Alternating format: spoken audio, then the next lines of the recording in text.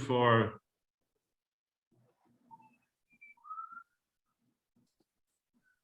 thank you everyone for joining. Today's date is October 3rd, 2021. We have a simulation with CORNEL West. This is the Israeli-Palestinian Confederation simulation. We are simulating how a common government for the people of Israel and Palestine, for the entire area of Israel, the West Bank, Gaza, and Jerusalem, total of 14 million people. We propose the creation of a common government for the 14 million people based on equality and a constitutional democracy. And we are simulating how this government will work in conjunction with the Israeli and the Palestinian governments. So we have today CORNEL West, who will be observing what we are doing and giving his opinions about what we are doing. My name is Joseph Avasar. My email address is josephavassar@gmail.com. I would very much appreciate receiving comment from you after the simulation is over. The website for our organization is ipconfederation.org. It is in 3 languages: Arabic, Hebrew, and English. If you go to our website, you could read the Constitution, which spells out how this government will be formed, what will be the structure of this government. It would be a democracy based on secular principles, with the separation of the legislative, which is the parliament, the executive, which is the president, and the judicial, which are the judges, all based on equality with total participation of the Israelis and the Palestinian people as equals. There are a lot more to the Constitution that you can read. You can also go to the frequently asked questions and read about it in a question and answer format. So that it is clear, we are not proposing the destruction or the dismantling of the Palestinian or the Israeli governments. We realize that they exist, but we are saying they were not able to make peace. They're not the governments of the entire people. So it makes sense to create a government for the entire people of Israel, the West Bank, and Gaza, with the sole purpose of making peace, because we believe that peace is the ultimate security and would give prosperity as well. Today's speaker is CORNEL West. Professor CORNEL West is a prominent and provocative democratic intellectual. He is a professor of the practice of public philosophy. He taught at Union Theological Seminary, Yale, Harvard, and the University of Paris. CORNEL West graduated magna cum laude from Harvard in 3 years and obtained his master's and PhD in philosophy at Princeton. Professor West has written 20 books and edited 13 books. He is best known for his classics, Race Matters and Democracy Matters. Professor West opposes the Israeli occupation and the injustice to the Palestinian people. He supports peace between Israelis and Palestinians. We are inviting different people with different perspective to look at our peace proposal for a common government. Our next speaker will be Daoud Kuttab, who is a Palestinian journalist. He will be in our simulation on October 17th. We will have Avram Borg, who is the former Knesset speaker. For those of you who are not familiar, Knesset is the Israeli legislative branch. He will speak to us on November 2nd. We will have Noam Chomsky again. He participated in a simulation. This time, we have more questions for him, so he will participate in a discussion on November 14th for the second time with us. We will have Dr. James Zogby, who is a famous worldwide known Zogby pollster, on November 30th. He conducts surveys and polling all over the world, including Israel and Palestine and in America. We will have Knesset member Ofer Kassif. He is a Knesset member right now on December 19. And we will have Richard Falk, who is an international lawyer, on December 27. This is for this year. The simulation timeline, we estimate it to last about 120 minutes. We will present several segments in the simulation. Each segment will, we will ask the parliament members, most of you will be parliament members, to vote. We will present a constitution and proposed possible legislation that the common government could pass, because people say, well, what is the common government? What could it pass? So we are not the common government, but we are just showing what it could pass. And then we will have a conversation. Excuse me. So we will have Mr. West give us his opinion after each segment. And then we will have a conversation with Mr. West on the totality of the picture. And then we'll have closing remarks. It says 5 minutes, but it's a lot shorter. We created a video that explains what our proposal is. It's 2.5-minute video.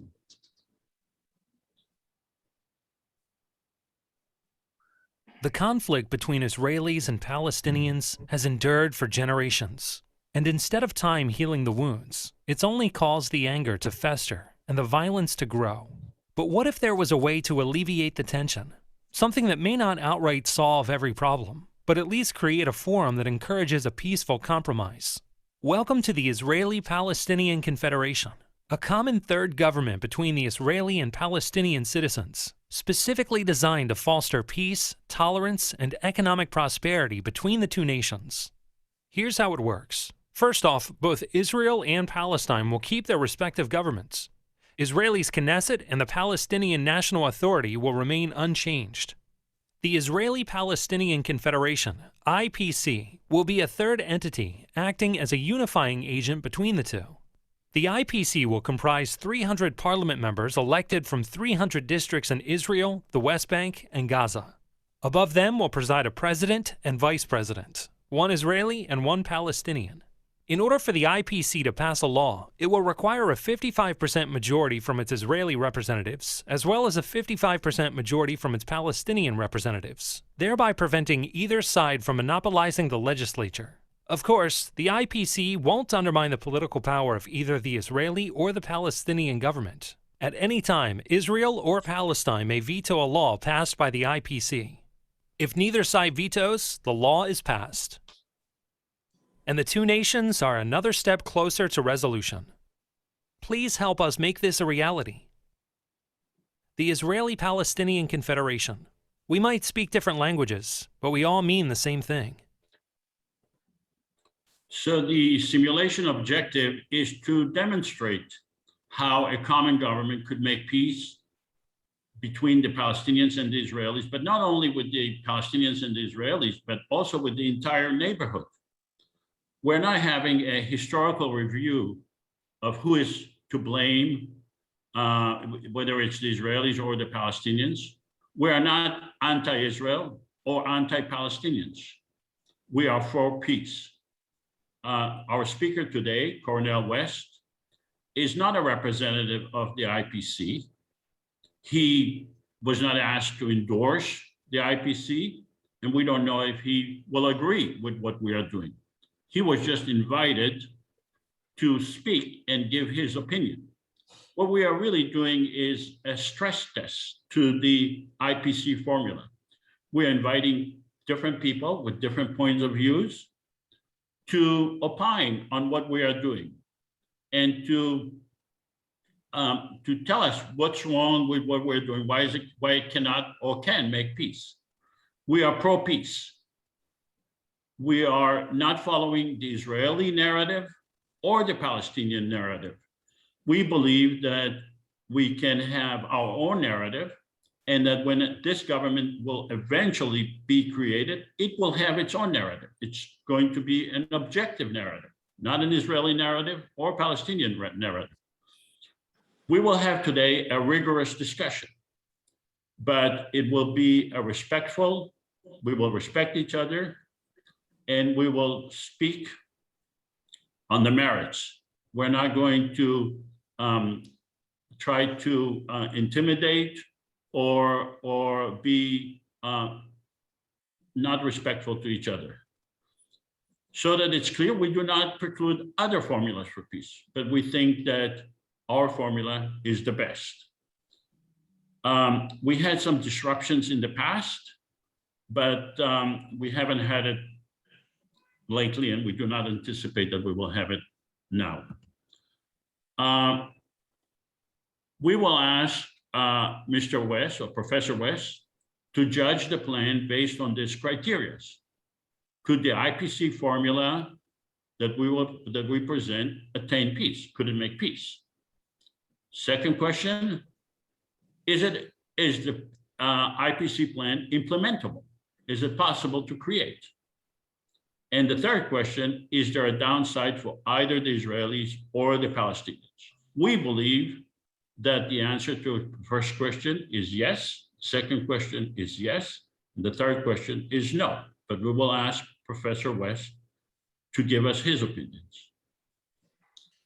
We propose legislation for demonstration purposes only. We are not the IPC, we're just showing how it will work. What we are showing is the tip of the iceberg because we are limited by time. There are many, many legislations that the common government could pass, and we have them. We are showing them at different times. We're asking you to look at the big pictures and to avoid technical arguments. We also ask for you to refrain from comments. Comments are okay at the end, but not during the simulation. We encourage you, however, to ask questions. Questions are okay. If I show you a picture of an airplane and you say, Joseph, I will never board an airplane because airplanes are not safe and they cause pollution, that's a comment. But if you say, Joseph, how does this thing fly? That's a question. We encourage you to ask questions, but we are discouraging comments until the end. And the other thing is you can use the chat. The chat feature is very powerful.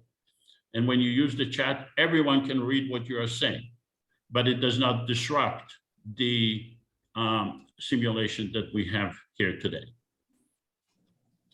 There are certain things, facts and assumptions that we are going to have in this simulation.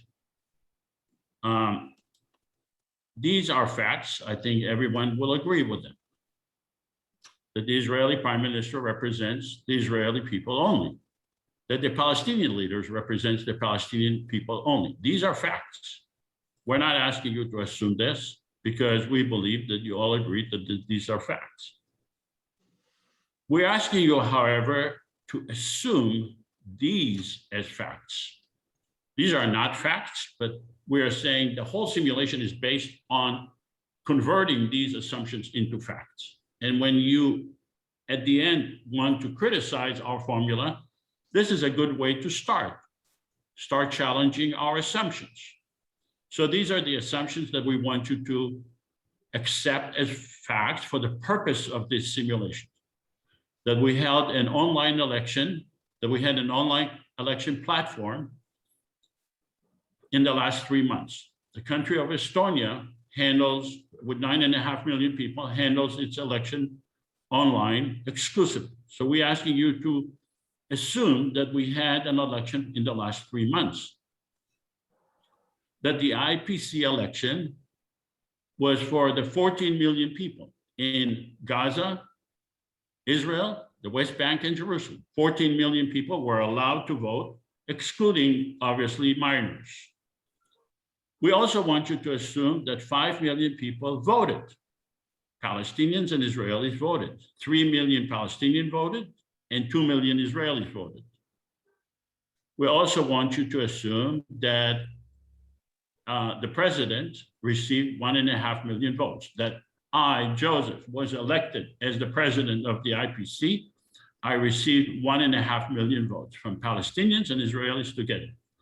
We also want you to assume that there was a 1.3 million votes were received by the vice president, a Palestinian lady, and we will rotate. She will become president in 2 years.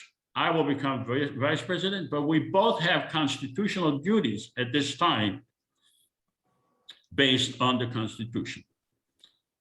We also want you to assume that 300 parliament members were elected in 300 districts, that each parliament member represents one district of 47,000 people. That district could be Israeli or Palestinian. So my question to Cornel West, Professor West, are you willing to accept that assumption for purpose of this, those assumptions for the purpose of the simulation today? Oh, indeed, indeed. Okay, great. Thank you. Are there any questions from the audience about these assumptions? So that it's clear, the entire simulation today is based on the acceptance of those assumptions. Hey, Joseph. Yes. Can I ask a question? Sure. For clarification, because this is something that comes up many times, since we're including Hamas as one of the partners in the Confederation, the leadership, do they have to recognize Israel as a Jewish state first? This is a question that's been brought up several times. It includes the entire area of Israel, the West Bank, Gaza, and Jerusalem. We consider Hamas as one of the governments for the people in the Palestinian people. So if a Hamas member wants to join the to run for parliament or for president, yes, by all means. So there's no prerequisite for them recognizing like no. Israel as a Jewish state, There's no prerequisite. It's basically, this is representing the people involved, basically. Correct. We are a separate, we're not the state of Israel. We're not the government of Israel. We do not require the Hamas or the Israeli government to recognize us. We are recognized by the people. We received our legitimacy. We just had an election and we received our legitimacy from the people. And we are willing to work with everyone, including the Israeli government, the PA, or Hamas government. And we do not require any of them to recognize Israel as a Jewish state or the Palestinians as a Palestinian state. We are a separate entity. Okay, so let me go to the next. I think it'll be clear. So. May I ask another question before you continue? Sure. Hello to everyone. Good morning, this? California. This is Moshe Chertoff from the Western Galilee. Good evening Yes, to everyone. I'm trying to understand how voting would take place, because to allow voting on such a scale as you're suggesting, which is really the only way to do it, you would need, in essence, the approval of the authorities in those areas, the Israeli government, the PA, and the Hamas. And anyone who would So your question is, how would the election take place? How will elections take place if, for instance, any one of those three authorities do not allow such elections to take place? Okay, good question. The election will take place online. We do not need the authority of the Israeli government or the Palestinian or the Hamas government to authorize such an election. The election will take place online, it's part of the assumptions. that we held an election online, and there is no need for authority from those governments. Thank you very much. Sure, Joseph, this is Ashalo Patton. Can I just ask a question? Maybe it's Sure. a broader question. Is this a subversive effort to dismantle the Israeli government? And how would the IPC help with peace? I'm not clear about that. okay, so it is not a subversive. We recognize the Israeli government and you'll see in the Constitution, we give them a veto power over our legislation that affects their sovereignty. Wait until you read the Constitution. It's coming up next. And the other thing is, it's a government for the entire people of Israel, the West Bank, Gaza, and Jerusalem. So it has a bigger picture, and it has its own narrative, and its narrative is what's good for the people, the Palestinian people, the Israeli people, not what's good for the government of Israel or Hamas so it has a broader picture and it has a broader perspective. So can I ask also a question, Joseph? sure. Bearing in mind that the government— Could you ask a question, please? Sorry? Ask the question, please. Yeah, I am asking a question. Bearing in mind that the government of Israel has for more than 7 decades made its project and continues to do so of controlling the territory of Palestine. Could you please ask your question?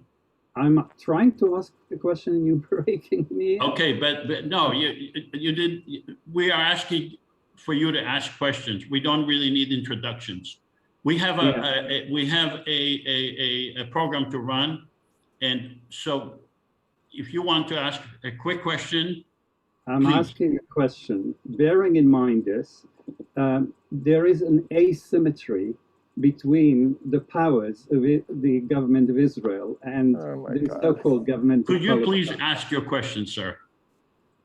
I don't think you want me to ask a question. No, I do want you to ask a question, but I know all of these facts. Please ask the question. I'm asking, how is it possible to actually force the Israeli government into this, bearing in mind its settler colonial project has been going on for 75 years.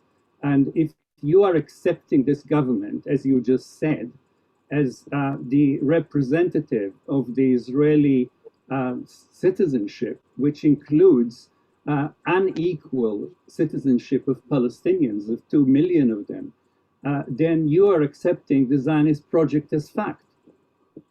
We are a common government for the people of Israel and Palestine, 14 million people. I believe that in the area of Israel and Palestine, West Bank, Gaza, and Jerusalem, there are 7 million Palestinians and 7 million Israeli Jews. We choose to have a government for the entire area. Now, it just so happened that there is an Israeli government, a Palestinian government, 2 governments, in fact, Hamas and the PA. So we are recognizing their strength. We're recognizing their sovereignty. We're recognizing, and therefore, we are willing to give them a veto power over legislation that affects their sovereignty. So let me go on. So I'm going to be asking you to take your position either as Israeli parliament member or Palestinian parliament member. So choose your nationality right now. We have approximately, I see 65 participants. So those of you who are not going to be, that I asked, we have a Hamas leader, I believe is Jeff is Hamas leader, so correct, Jeff?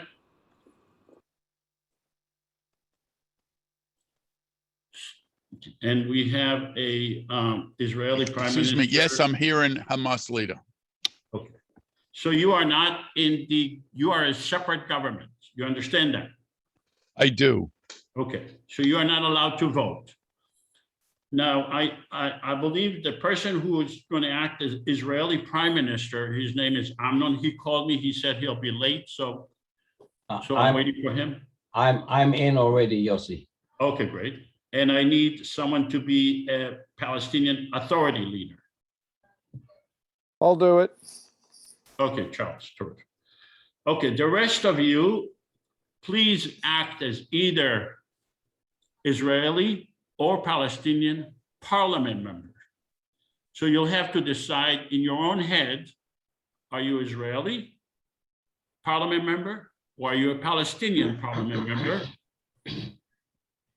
And you will have to vote. So the other thing is you'll have to decide and be honest, intellectually honest. Are you an Israeli from Tel Aviv or Palestinian from Gaza? Because that will affect how you're going to vote on the upcoming legislation that we will present. So let's do a test. And Mr. West, you can also decide if you want to be either Israeli or Palestinian parliament member, if you choose. So let's do a test and let's have the Palestinian parliament members just vote yes, so we know how many of you there are, and we test the voting.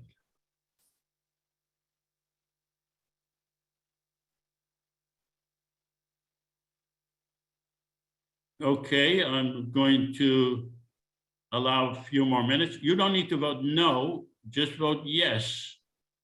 There is nothing, no issue, just so that we have 19 Palestinian parliament members. So you remain Palestinian parliament member throughout this exercise. Now let's go to the Israeli parliament members. Please vote. Israeli parliament members, please vote.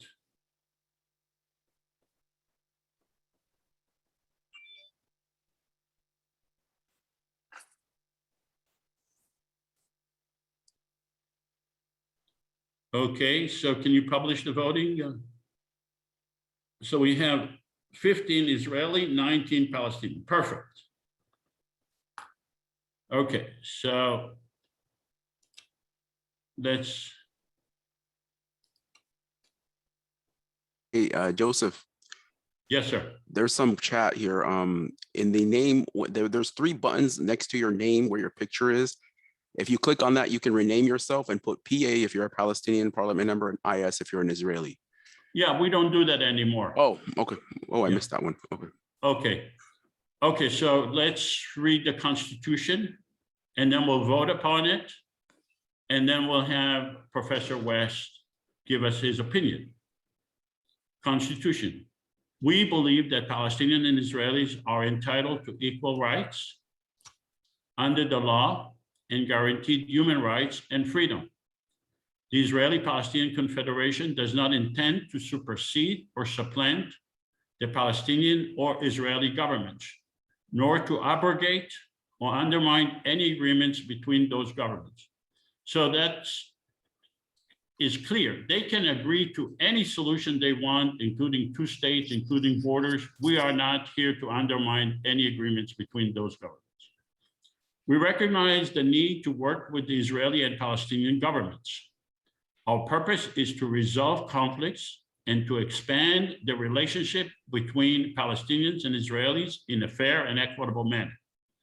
We believe in equal rights under the law, guaranteed human rights and freedom for all. We voluntarily give the legislator of the governments of Israel and Palestine a veto power over legislation we pass relating to the sovereignty of those nations. So that's really important, an important paragraph, because here we are saying that we give the Israeli and the Palestinian parliament and the executive branch a veto power over what we pass that affects their sovereignty. We believe in the separation of power between the legislative, executive, and judicial branches. We believe in the creation of a permanent secular government for the people residing in Israel and Palestine. We believe in having a separate judicial branch relating to the Israeli-Palestinian Confederation legislation with Israeli and Palestinian judges, with a system to avoid biased decision based on nationality. Now, this constitution is a portion of the large constitution that you can read on the website. Does anyone have any questions regarding this constitution? Hi, this is Ariella. I have a question. Sure. My question is, what would prevent the Israelis and Palestinian government from simply ignoring the common government? And is this government in competition with the Israeli government? Yeah, the answer to your second question is yes, it is in competition, but the competition is to make peace. And what would prevent them from ignoring it? Well, if we have 5 million people voting, and if we demonstrate to the people of Israel, to the governments of Israel and Palestine, and to their people, that there is another way to make peace, and those governments, remind you, said that they will do whatever they can, they will turn every stone to make peace. So here we have another methodology, another system to make peace. And when they are shown that there is another system, it would be very, very difficult for them to ignore their own people. Any other questions? Yes, I have a question, Joseph. One question I have for you, and then I wanted to ask Dr. West a question, but first I wanted to go over and be reminded what gives this government legitimacy. What gives it legitimacy is the voting, the people, just like in any democracy. So that's part of the assumptions that 5 million people voted. So it's the same process that gives any other democracy, including the American government, the Israeli government, or any, what gives them legitimacy is the voting by the people. It's just that we expanded the people into Palestinians and Israelis together. And why don't you wait for Dr. West after he gives his opinions on the Constitution? Any other questions? Yes, if I may, can I ask a question? Sure.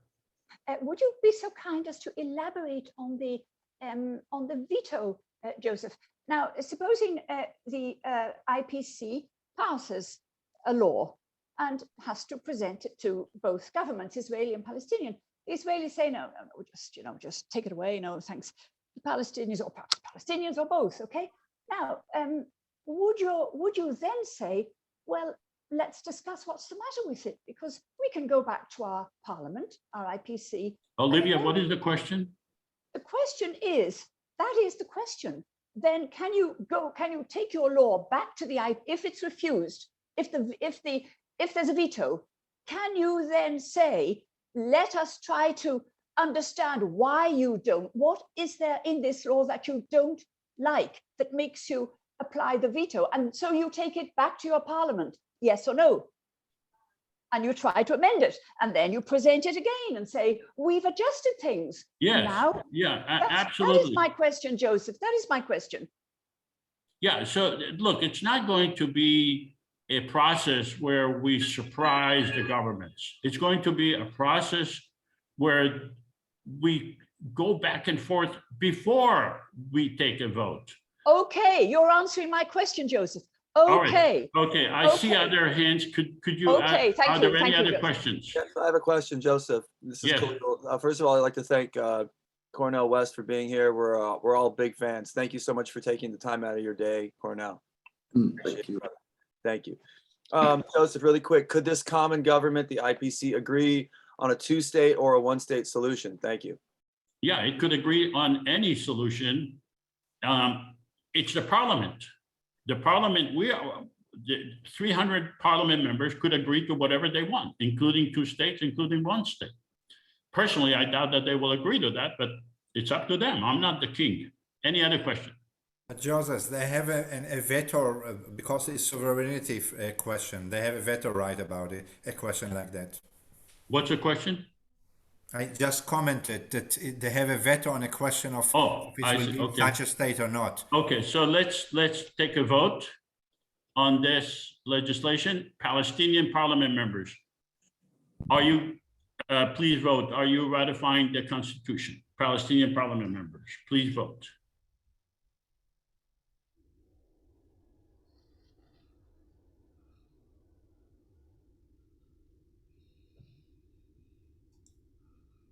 Okay, let's publish the voting, share the result. 100% of the Palestinian parliament members accepted this constitution. Let's go to the Israeli parliament member, and then we'll go to Professor West to give us his opinion.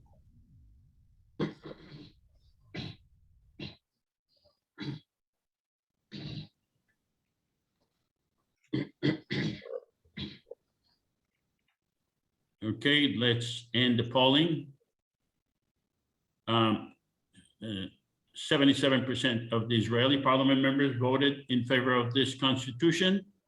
So congratulations, we have a constitution. And now we are going to ask Professor Cornel West to opine on what we have on the constitution that we just passed. Well, I first want to say that I'm very blessed to be a part of this conversation. And I salute you, Brother Joseph, and the others who engage in this exercise of imagination. It is hypothetical. It is counterfactual. It's a thought experiment to try to expand the limits and the contours of the dominant paradigms in place. When Shelley said poets are the unacknowledged legislators of the world, he was not talking about versifiers. He was talking about human beings who care about peace, who care about justice, who try to authorize an alternative reality in the face of intractable clashes of power, asymmetric relations of power. And so what I see you all doing is something that I very, very much want to support in terms of trying to get us to see through a different set of lens that could get beyond the intractable two-sided orientation, and yet at the same time recognize just what we're up against. So we have a certain kind of unflinching sense of reality without that perception of reality truncating and precluding the exercise of our vision and imagination. Now, this to me is very important because I think we have to acknowledge that, or let me just begin with this. I do tend to assume that the Israeli people are better than their government, that the Palestinian people are better than their government.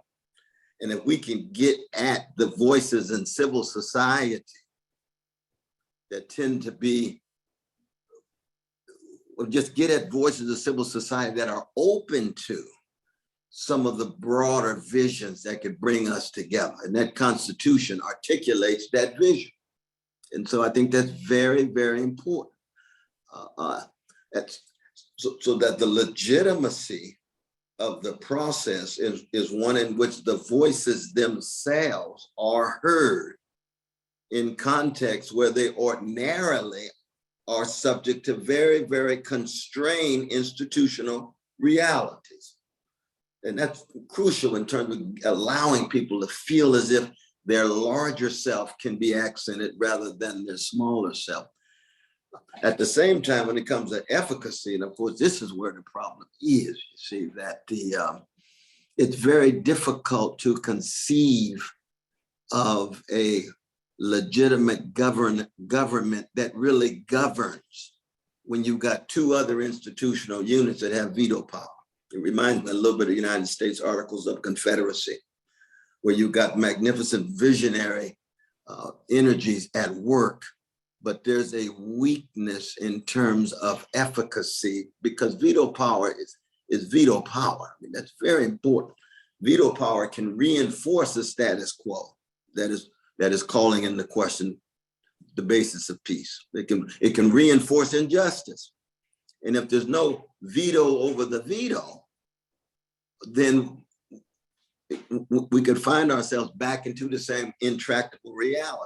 Now, I love the question about the going back and forth, so that there's some answerability. See, that has a democratic dimension to it.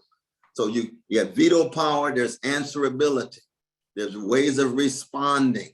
They have to be responsible. It can't just be veto with no reasons given, veto with no arguments given, veto with no overarching vision that's informing the veto. At that point, then it's just power again.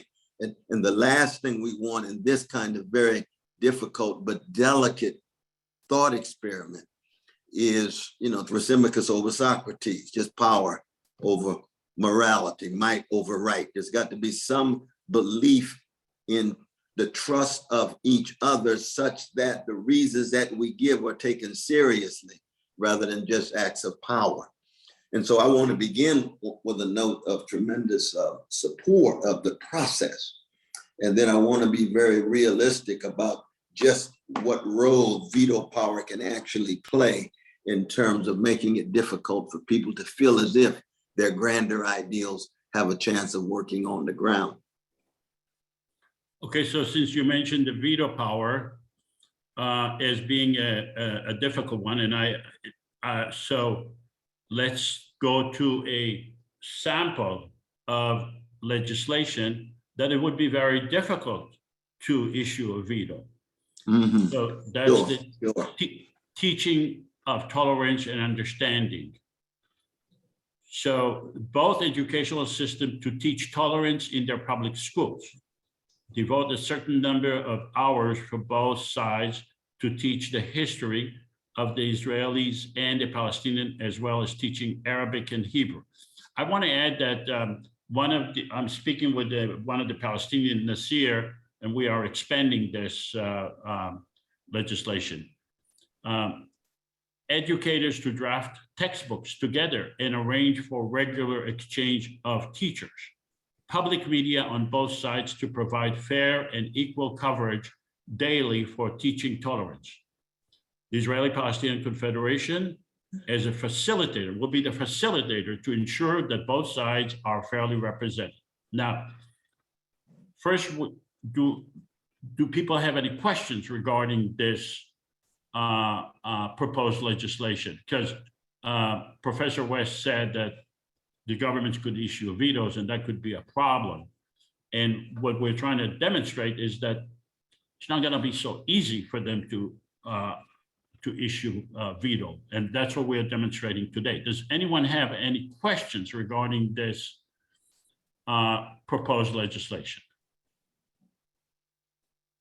Okay. I have a question. I don't know how to use the hand thing. Yeah, please ask, because I don't, because I full screen, I don't see people raising their hands, so. Okay, well, I'll be very quick. I just, to provide fair equal coverage seems very subjective. I'm not sure how that would actually work in practice.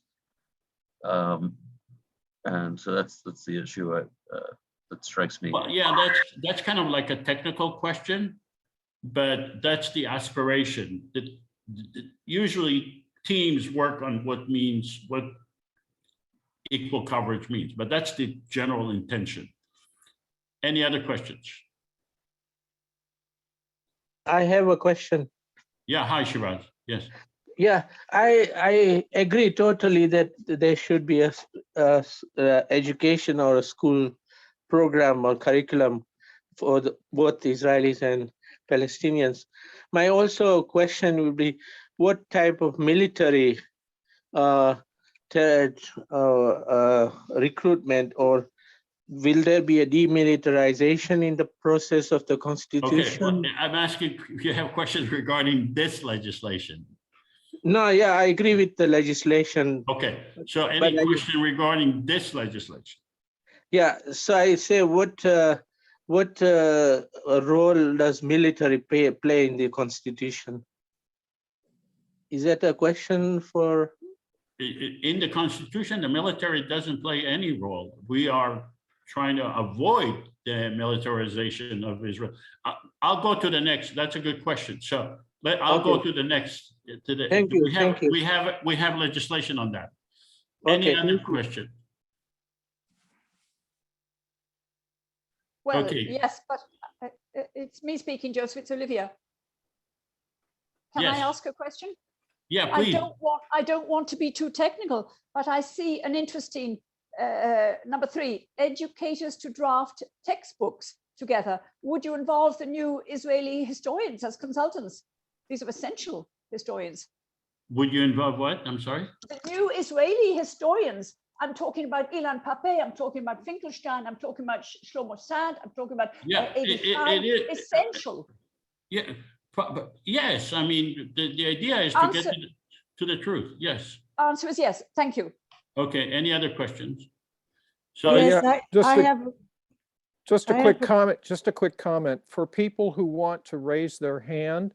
On the bottom of the screen under reactions, if you click on reactions, you have the opportunity to raise your hand there. Thank you. Okay, so Barry Simon, you have a question?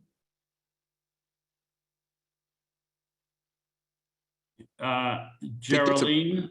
It's important to lower your hand if you no longer have a question. This way, it removes you. Yes, I was just thinking that on bullet point number 1, that just it's not enough just to teach tolerance, that we should be teaching conflict resolution in the schools and restorative justice. Okay. That's my comment. Okay, so I'm going to go to voting. I'm going to ask the Palestinian parliament members, do you support this legislation?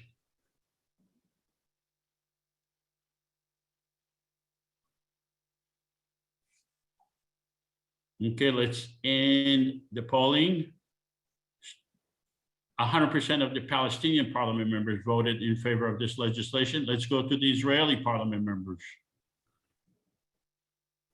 Do you support this legislation?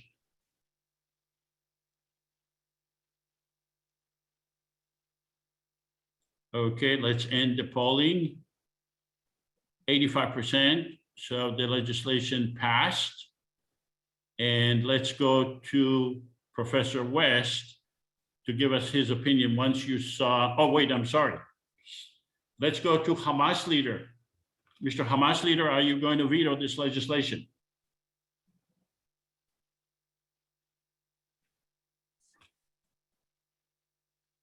No, I am not. Okay. Let's go to the Palestinian Authority president. Are you going to veto this legislation? No. Let's go to the Israeli Prime Minister. Mr. Prime Minister, are you going to veto this legislation? No, I'm not. Okay. So now that this legislation is the law of the land, let's ask Professor West to opine on this process that we just saw. I think it's a piece of legislation that has the capacity to unleash forces for good far beyond what it is. I think we begin with tolerance, we can expand to respect, we can expand to justice, as was noted before. Anytime you have a variety of voices brought together in a quest for truth, the condition of truth is to allow suffering to speak, wherever that suffering is and whoever's suffering we're talking about, then we unleash Socratic energy, critical dialogue, reflection. I think this is very positive.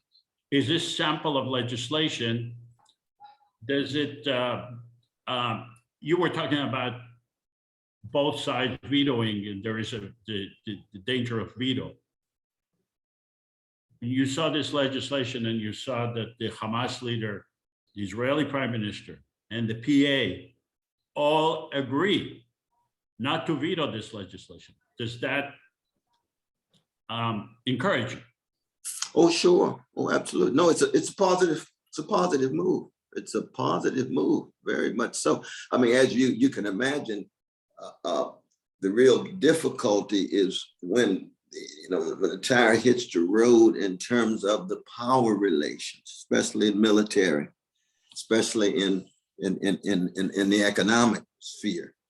But the civil society is something that I think you and I and the others agree with. We have to have some kind of change and transformation in how precious Palestinians view precious Israelis as human beings in terms of our history, honest about the conflict, honest about the oppression, but want to hit it head on with some moral ideals and with some real spiritual sensibilities. And so this is what I mean by unleashing possibilities of forces for good.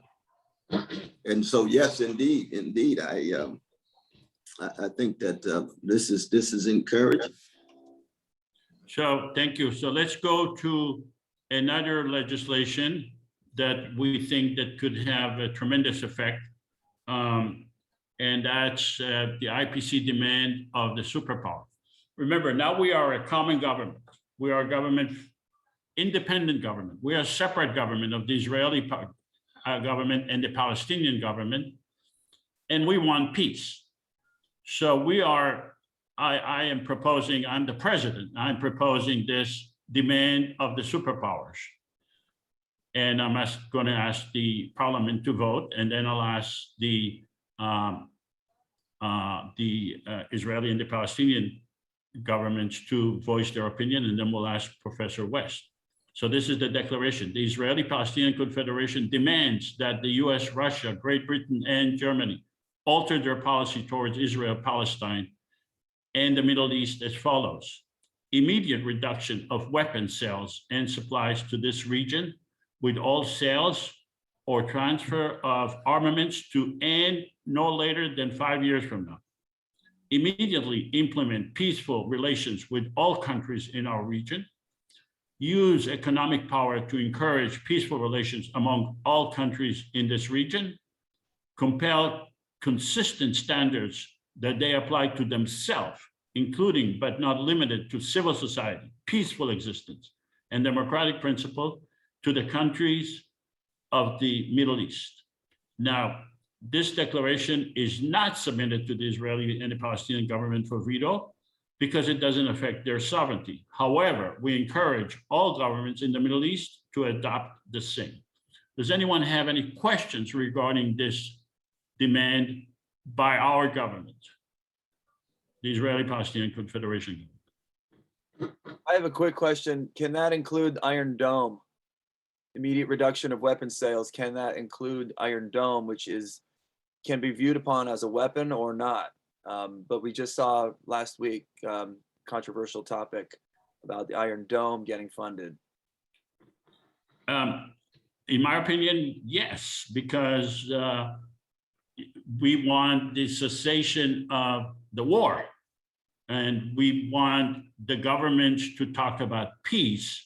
And the Iron Dome, in my opinion, gives Israel, it precludes Israel from.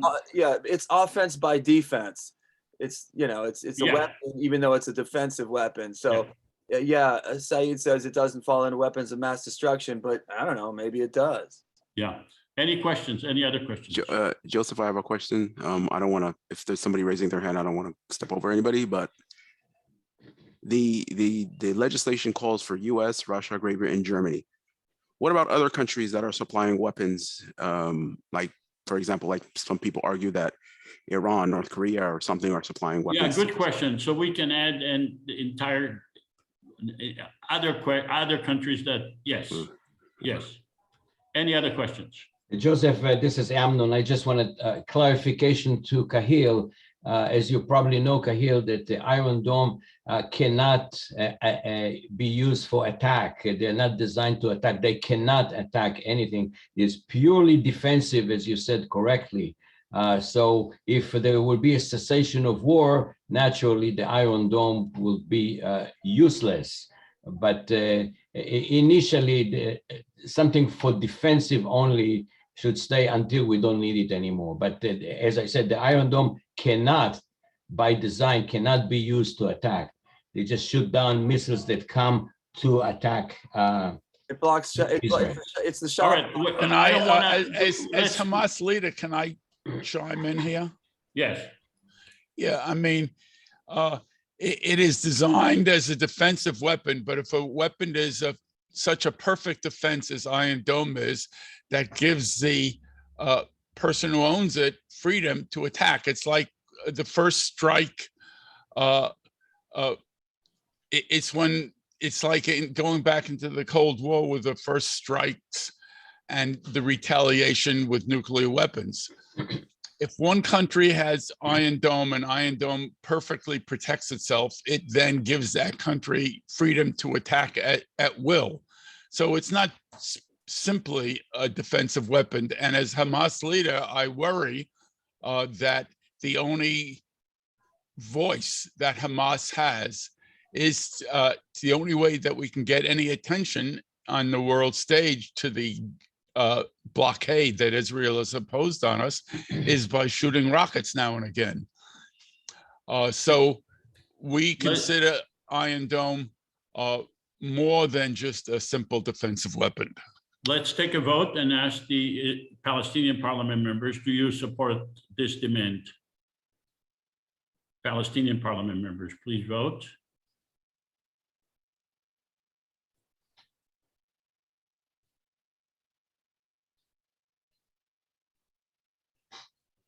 Let's end the polling.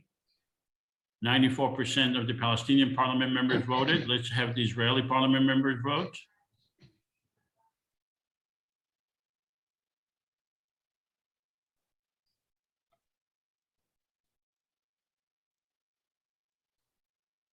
Okay, let's end the polling.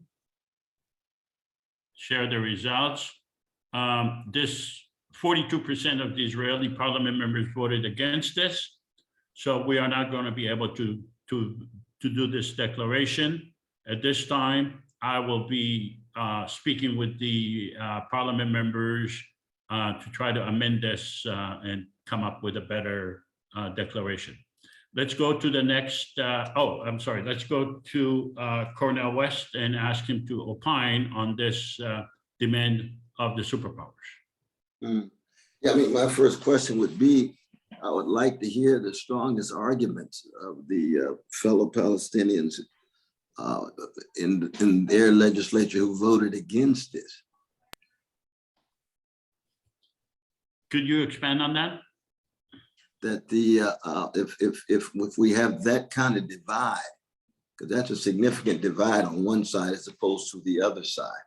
I would just like to hear what the reasons are as to why people were suspicious of this particular legislation on one side. So you want to know why the Israelis voted against it? Absolutely. Or at least the dominant argument. It might be a variety. Okay, so can one Israeli who voted against it, can you express your reasoning? Yeah, Gidon. Yeah, so because my reasoning is this, and not me personally. Right. But we all know they're not going to give up power so easily. Wow, I just raised my hand and give up my power? Who's going to do that? This is totally unreal. It's totally unreal. We're starting backwards. We're building a solution without getting the people involved. We have to invite the people first. Truth and reconciliation committees now. Afterwards, we can find a solution. Okay, let's hear from Barry. Are you Israeli parliament member who voted against it, Barry? I want to hear from Israeli parliament members who voted against it. Barry, you're muted. Unmute yourself. Barry, you are muted. Okay, let's go to Esther. Esther, are you? Oh, okay, Moshe Chertov. Yeah, Please. I didn't vote against it. I abstained because I understand the general Israeli logic about anything that is mentioned about reducing arms sales to Israel. There's a knee-jerk reaction no matter what. It doesn't have to be justified. It could be the most justified thing in the world. Israelis are afraid to play with that. As Palestinians not having a state yet, it's less of an issue, I think, than for Israelis that see that state that used to have that 14-kilometer width strip in the middle, and any discussions about cutting back sales of weapons to Israelis is almost a no-go. So I'm even surprised that it got this much support. True. I would say that in the typical Israeli society, I don't think they would even have this much support for it. I mean, from my view. All right, let's go to the next legislation. And after we go to this legislation, we will open it up for discussion. Joint economic zone between Israel and Gaza. This would be a joint economic zone that would be managed exclusively by the IPC, by our government. We are a separate government. It would not Israeli, not Palestinian, not Hamas. We are going to want a common economy in that joint economic zone for Palestinians and Israelis together. It will have educational facilities, industry, agriculture. It would deal with sewer treatment, which is a big problem between Israel and Gaza, desalination plants, solar farms, wind power, and green energy. We will also strive to build an international airport and a seaport that would serve both Gaza and Israel, and it would be equally accessible to Israelis and Palestinians. So this legislation does require a veto. It gives a veto power. Does anyone have questions about this legislation? Okay, hearing no questions, I'm going to ask the Palestinian parliament members to vote on this legislation.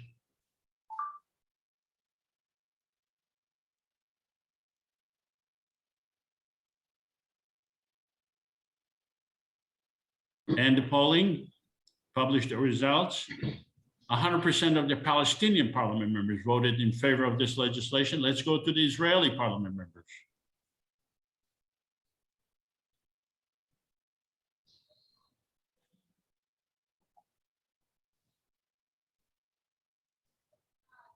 Let's end the polling and publish the results. 85% of the Israeli parliament members. So it's very interesting because you can see how it will work in reality. Some Israelis are more objecting to some parts, some Palestinians to other parts. Palestinians actually accepted almost everything. But in reality, it forces the Palestinian and the Israeli parliament members to engage with the issues. Let's go to the Hamas leader. Mr. Hamas leader, are you going to veto this legislation? No, I strongly encourage a joint economic zone as the first step to really doing away with the illegal blockade. Terrific. What about the Palestinian Authority President? Mr. Palestinian Authority President, are you going to veto this legislation? No, obviously not. And let's go to the Israeli Prime Minister. No, I will not veto that. I think it's a wonderful, positive step in the right direction. Okay, terrific. So let's, so now we have this legislation. Let's go to CORNEL West and ask your opinion regarding this particular legislation. Highly encouraging. I mean, I see it as trying to put some significant slices of meat on what the great Edward Said and the grand Daniel Barenbaum were trying to do with their orchestra, with the Israelis and the Palestinians coming together. Now let's see, can we continue to move toward some kind of economic cooperation? Let's see if we can move towards some kind of political cooperation. Let's see whether we can move to some kind of cultural and educational cooperation. We still, of course, have not got to the asymmetric relations of power and military and the occupation. And occupation, but we're making progress, my brother. We're making, at least from my fallible point of view. Mm-hmm. Would you be interested in seeing our legislation that would deal with the occupation, or do you want to? Absolutely, but within your order. I don't want to jump your order, though. I'm here to follow your order, my brother. Okay, well, since you mentioned the occupation, let's go to that legislation because it's really important. So I'm going to share the screen again and go back to the occupation. Because like I said, this is the tip of the iceberg. Right, that's right. Understand. So there are two, okay, a Confederation police force, so that instead of the Israeli army or the Palestinian army, we will have a common police force of with distinct uniform under the separate government and common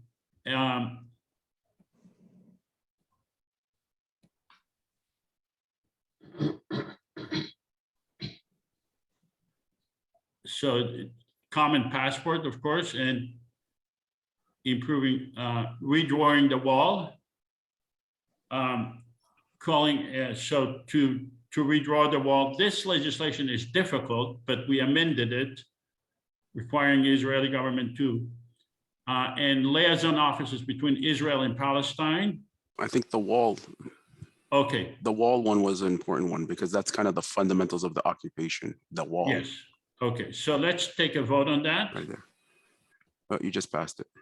Redrawing the wall. Oh, not Call on the demolition. Israeli to withdraw the wall in certain locations in order to reduce hardship on both the Palestinians and the Israeli people while maintaining security for both. So let's have the Palestinian parliament members vote on that.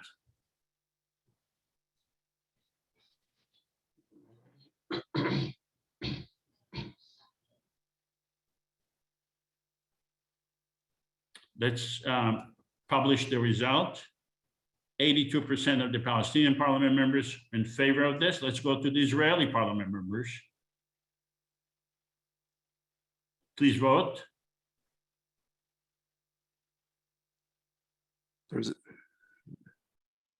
There's a reason why I would vote no as a Palestinian. Can I just ask a question or? Okay, let's end the polling. 67% of the Israeli parliament members agree to redraw the wall. So that is a big step in progress in removing the occupation. With the police force, that would be Israeli and Palestinian together, and having a joint economic zones and joint zones in Gaza and joint passports. I think we are making substantial progress, not completely, but substantial progress. So I'm going to stop sharing and let's go back to Cornel West and ask his opinion, and then we'll go to questions. Yeah, I think that we'd have to have a robust discussion of the various ways in which occupation is actually enacted. Certainly it's the case that the redrawing of the wall is a blow. It's just that it's going to take so many other blows in order to really get at the roots of that occupation.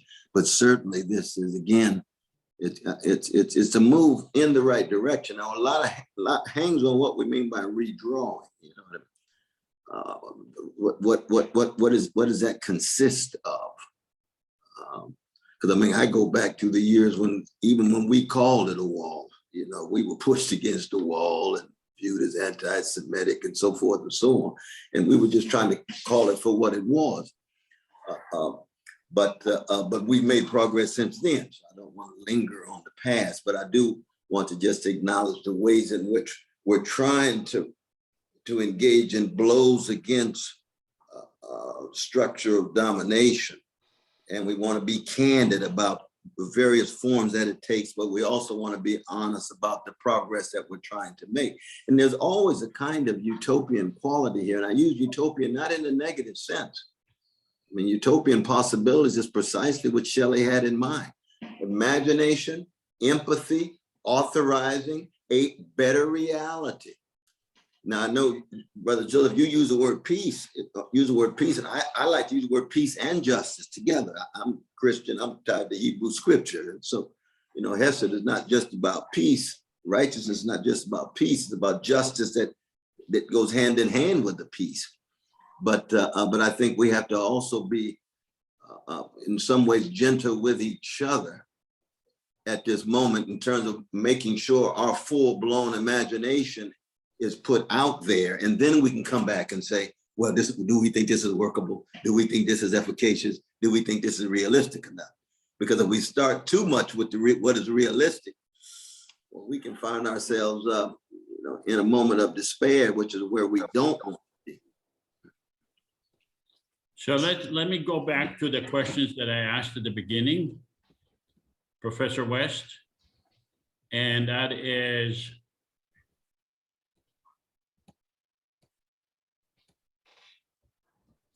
could the IPC formula attain peace? Is the IPC plan implementable? Is there a downside for either the Israelis or the Palestinians? This is for me, my brother? Yes. Oh, okay. I'm sorry. All right. Oh, no, I think it's for me, it's certainly part of the motion and momentum toward peace. Very much so. Is it implementable at this point?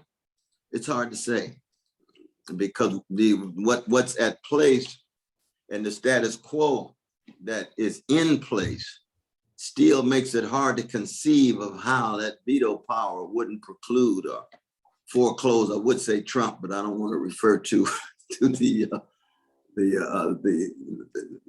right-wing authoritarian Trump himself. But it would foreclose the movement that we're talking about in a broader sense. There may be some kinds of movements that are permissible and the veto power wouldn't be exercised. But as soon as it began to move toward the roots of the occupation and really tell the truth all the way from 1948 to 1967, even in those textbooks, because we bring in the various historians. It could be the new Israeli historians who have been much more truth-telling than their earlier generation, or the Palestinian scholars and intellectuals who've been telling some deep truth for a long time. Then the issue of implementable becomes a difficult thing to decide in any premature way. So in that sense, I'd have to hold that second question off for the moment. I don't want to say absolutely no. I don't want to say yes at all, because we got too far to go. Now, what was the third question? The third question is there a downside to the Palestinians or the Israeli people? Oh, yeah. No, I think it is. I think so far, the downside is still too much of the occupation's in place. Is there a downside by having a common government? If we create a common government, would there be a downside to the Palestinians or the Israeli people? Well, that three is partly connected to two, because if it's not implementable, then too much of the occupation is still in place, you see. And that is more than a downside for Palestinians. That's still domination and oppression, you see. But the important thing is we're in motion. Because the crucial thing is that no one of us or one group or one government is in control of history. They may view themselves as mighty, but there's always mightier forces that are on the way. And so part of what we're trying to do is to push the orientation and momentum toward peace. And in doing that, you unleash energies that are far beyond what we're able to even predict at the moment. All right, let's go to the audience question. I'm gonna read the order. Nidal, I see your hand. Gidon, I believe you have your hands up. Nasir, Libby,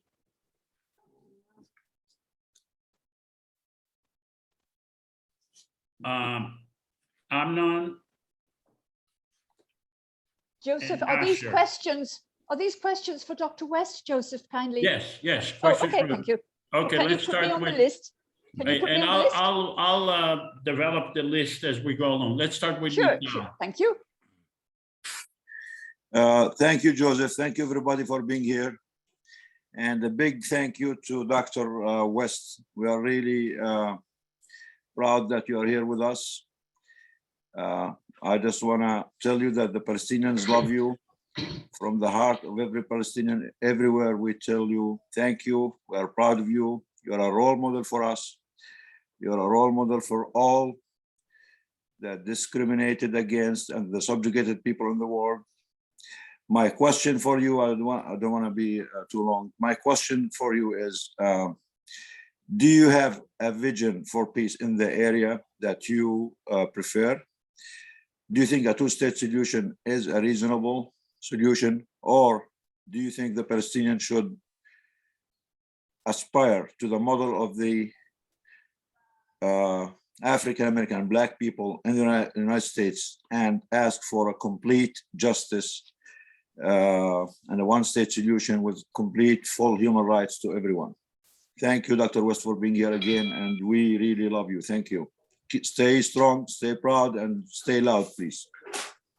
Well, thank you very much. Those words mean much, my brother. Thank you so very much.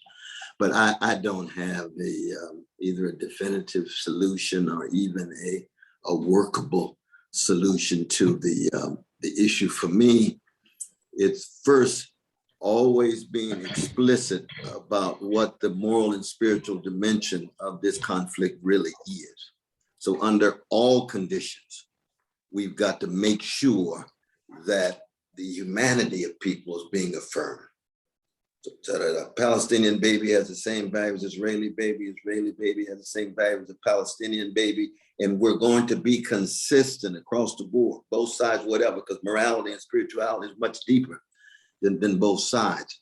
Then we connected to democratic possibility. This is why this federation is something that is worthwhile, because it is a coming together based on certain moral principles that has some democratic content to it.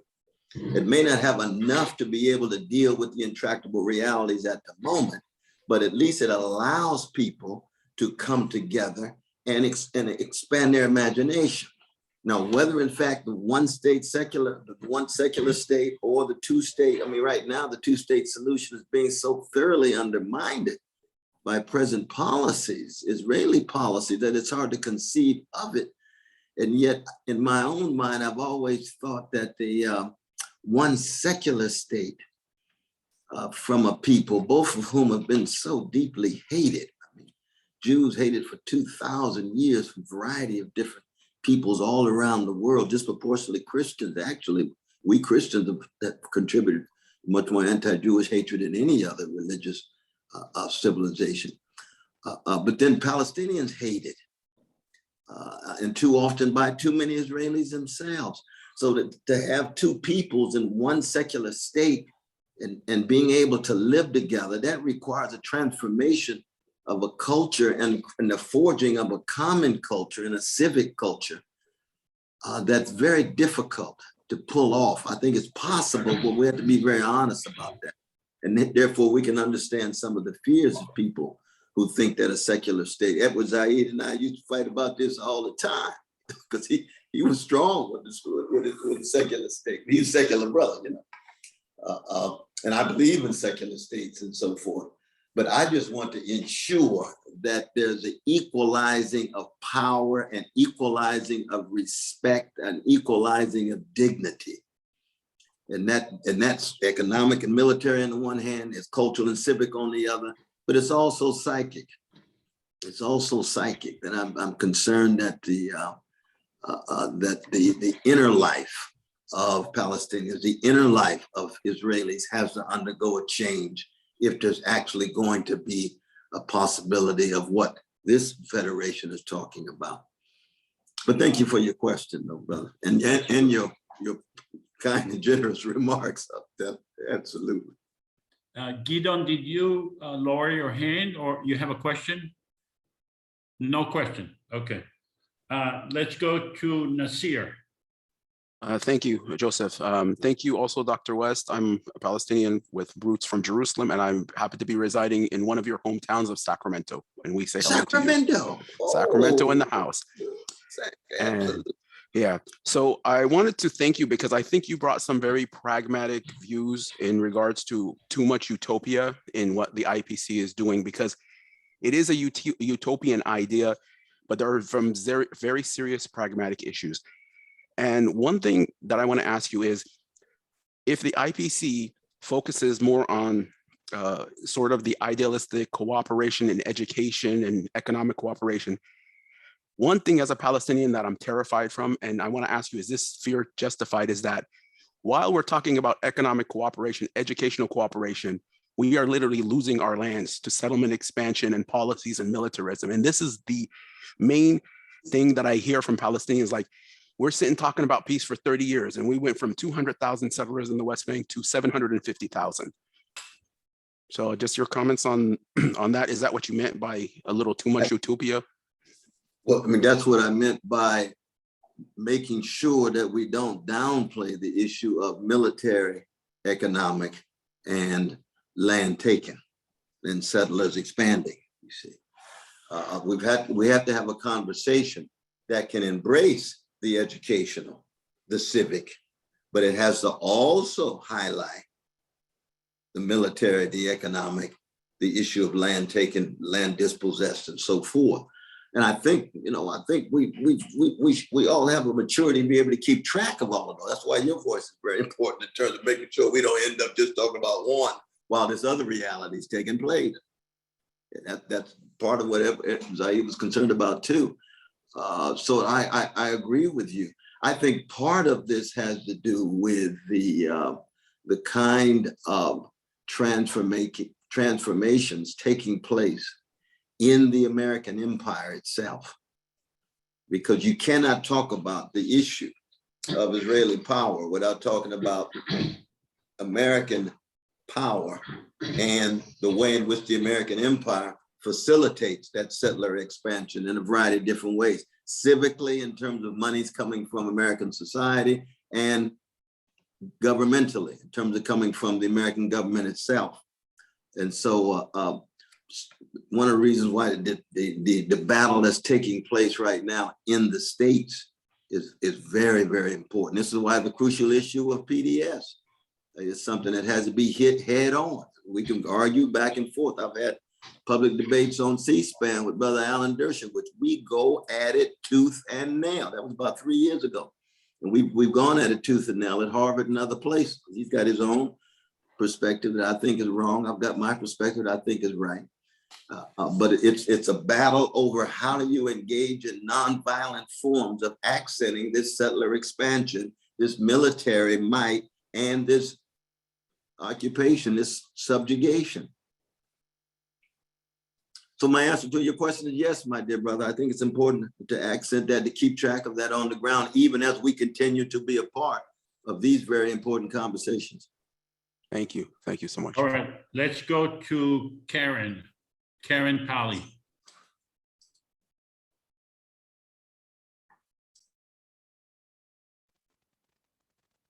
Okay, we'll go back to Karen Pally. Let's go to Barry Allen Simon. You got to unmute, Barry. Can you hear me? Yes. Okay, good.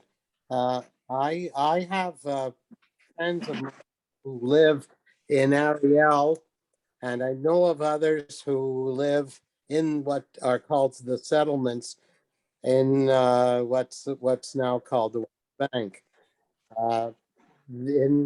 They've made the point that the Jewish people are the indigenous people in what they call Judea and Samaria and Jerusalem as well. And they're not going to move. So, I mean, you have to keep that in mind when you're talking about the future. The war in '67 opened possibilities. In the 1970s, people moved into these areas that were contested, and now they're still contested. An earlier speaker mentioned how the area that could be allocated to a Palestinian state seems to be shrinking rapidly, and I understand that. That is true. But that has to be balanced, I suppose, by the fact that there are villages now that are Jewish and that are in the area that Palestinians claim for themselves. The same is true of East Jerusalem. So I don't know how that's going to be settled, but it's going to have to take some good diplomacy, that's for sure. All right. No, you're right. It's going to take some very courageous diplomacy, my brother. Very, very much so. But I think that part of the issue here is we've got to keep track of immoral and illegal activity when it has to do with land or anything else. You see. We've had, 750,000 folk pushed out of their land, had been there for decades and decades and decades. In 1948, we're talking about that very ugly ethnic cleansing that took place with our precious Palestinian brothers and sisters. That's the same kind of issue that connects to the claims that these Jewish settlers are making. And they're making it based on religious grounds. They're making it based sometimes on biblical grounds. But there are people already there within 100 years, and they're making claims about 1,000 years. So that can become nothing but an ideological rationalization of an immoral and illegal attempt to gain access to land. Now, if they gain access to that land, and then we say, well, we have to start from there. Well, we have to start from that illegal and immoral seizure of that land. Then we're undercutting our Socratic energy. Then it's a matter of power. It was through sheer power that they gained access to it, given these rationalizations. And then we say, that sets the framework for how we proceed. Well, no. I mean, anybody, I think, with a moral sensitivity, let alone Palestinians who have to bear the suffering of this, say, no, this is allowing power to dictate our framework. What is wonderful about this federation so far is that we're saying, look, we want to think of what it would be like to be able to constitute momentum toward peace, and I would add justice. Now, that's very important. And you can't begin that process just based on where power has determined us. And so in that sense, I think the power dynamics are always already operating. We have to be very honest about them. And yet we can't allow it to somehow blunt our imagination. And so we know that, the Jewish settlers, as I mentioned before, I mean, they so often come from a context where they've either been debased, dehumanized, or they come from Brooklyn, where they came to the United States because of a Jew-hating Europe, and then go back to these settlements and end up with contempt toward Palestinians. You say, wait a minute, let's be morally consistent here. If we're against hatred and contempt, we're against hatred and contempt when Jews are hated in Europe. We're against hatred and contempt when Palestinians are hated in the West Bank or under occupation. All right, let's go. This is the order. Amnon, Abed, Libby, Moshe Chertov, Ariella Marshall, Olivia Southworth, Abraham, and Shiraz. Let's go to Amnon. Thank you very much, Joseph. My name is Amnon Charash. I live in Los Angeles. I'm an Israeli, not a simulated Israeli, but a real one. And I am very, very encouraged to see the large number of attendees in this simulation. I've been a part of this idea of the IPC since its birth, and I've attended almost all the simulations before. So I'm really, really hopeful and encouraged to see that so many people are getting more and more interested in that. So I want to thank all our Jewish attendees here, and of course to all our Muslim brothers, a big shukran to you. And I have a question to Professor West. From your experience, sir, and your knowledge and so on, and from what you observed about the idea of this confederation idea, have you ever seen any precedent that existing any place in the world that has similarities and has worked? And if so, when where and how does it work, if you've seen such a precedent? Boy, that's a wonderful question. It's a wonderful question. I mean, as you know, there's no real strict analogies in history. There's always some continuities and discontinuities, similarities and dissimilarities. But we've certainly seen peoples who have had tremendous hostility and enmity toward each other.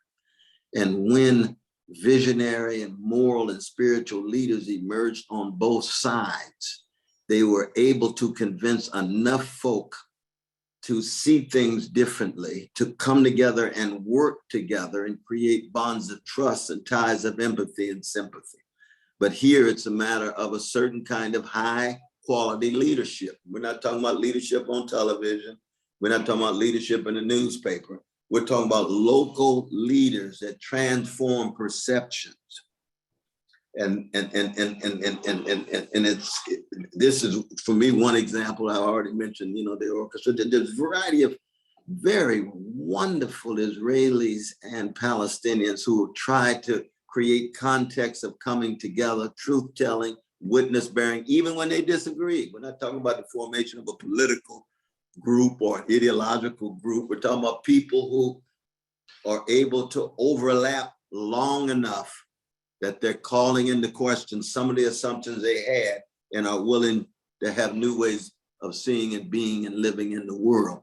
But my answer to your question is I don't have, I mean, people talk about, you know, Croatia and the Bosnians and so forth, but there's always so many dissimilarities there. I think one of what is distinctive about this situation is that you have a people who have been, in terms of the masses of Jews, who have been underdogs and viciously treated for so long that even when they find themselves in a situation vis-a-vis Palestinians where they're top dogs, the underdog mentality makes it difficult for them to understand the degree to which they're victimizing and oppressing others because they've been oppressed for so long.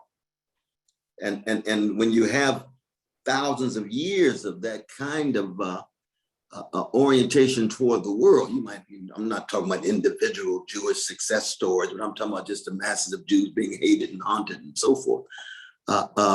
Then it requires a certain kind of both sensitivity to their plight and predicament, especially about security, but on the other hand, it requires an imminent critique of the best of Jewish history, the best of Jewish heritage, which is a critique of oppression across the board from Amos to Noam Chomsky. And that kind of imminent critique is taking place, especially among young Jewish brothers and sisters around the world, both inside Israel, but especially outside. And so in that regard, even though this situation is very distinctive, it still can lend itself to some real possibilities for good. All right, thank you. So let's go to Abed, then Libby, Moshe, Ariella, Olivia, Abraham, and Shiraz. Abed. Welcome everybody. Good evening, good morning, wherever you are, and welcome to a pleasure to meet you, Dr. West. There in recent years, there have been floating the idea of the Abrahamic Accord. Now, to me, it's like, it is good, of course, the idea of having a bigger umbrella where all mankind can live under. However, this comes face to face with the adherence or some for Zionism, for example. How could you reconcile these contradictory concepts? And to me, I look at it as a, so they say escape forward, run away from the problem and just keep running. So I don't, unless they pave the road to the Abrahamic Accord prior to go to it, I don't think it's going to go anywhere. The Abrahamic Accord, for example. So what do you, your concept about, views about this? Yeah, no, I appreciate the question. I don't know enough about that Abrahamic Accord, though, brother, to be able to say anything of substance. It's essentially, I think, the Arabs and the Muslims, the Jews and the Christians, and they have a common faith, which is they brought it to Abraham, the father of. Right. I am not that religious guy, but however it works to bring mankind together, it's a good thing. But I see a bigger obstacle toward that is Zionism.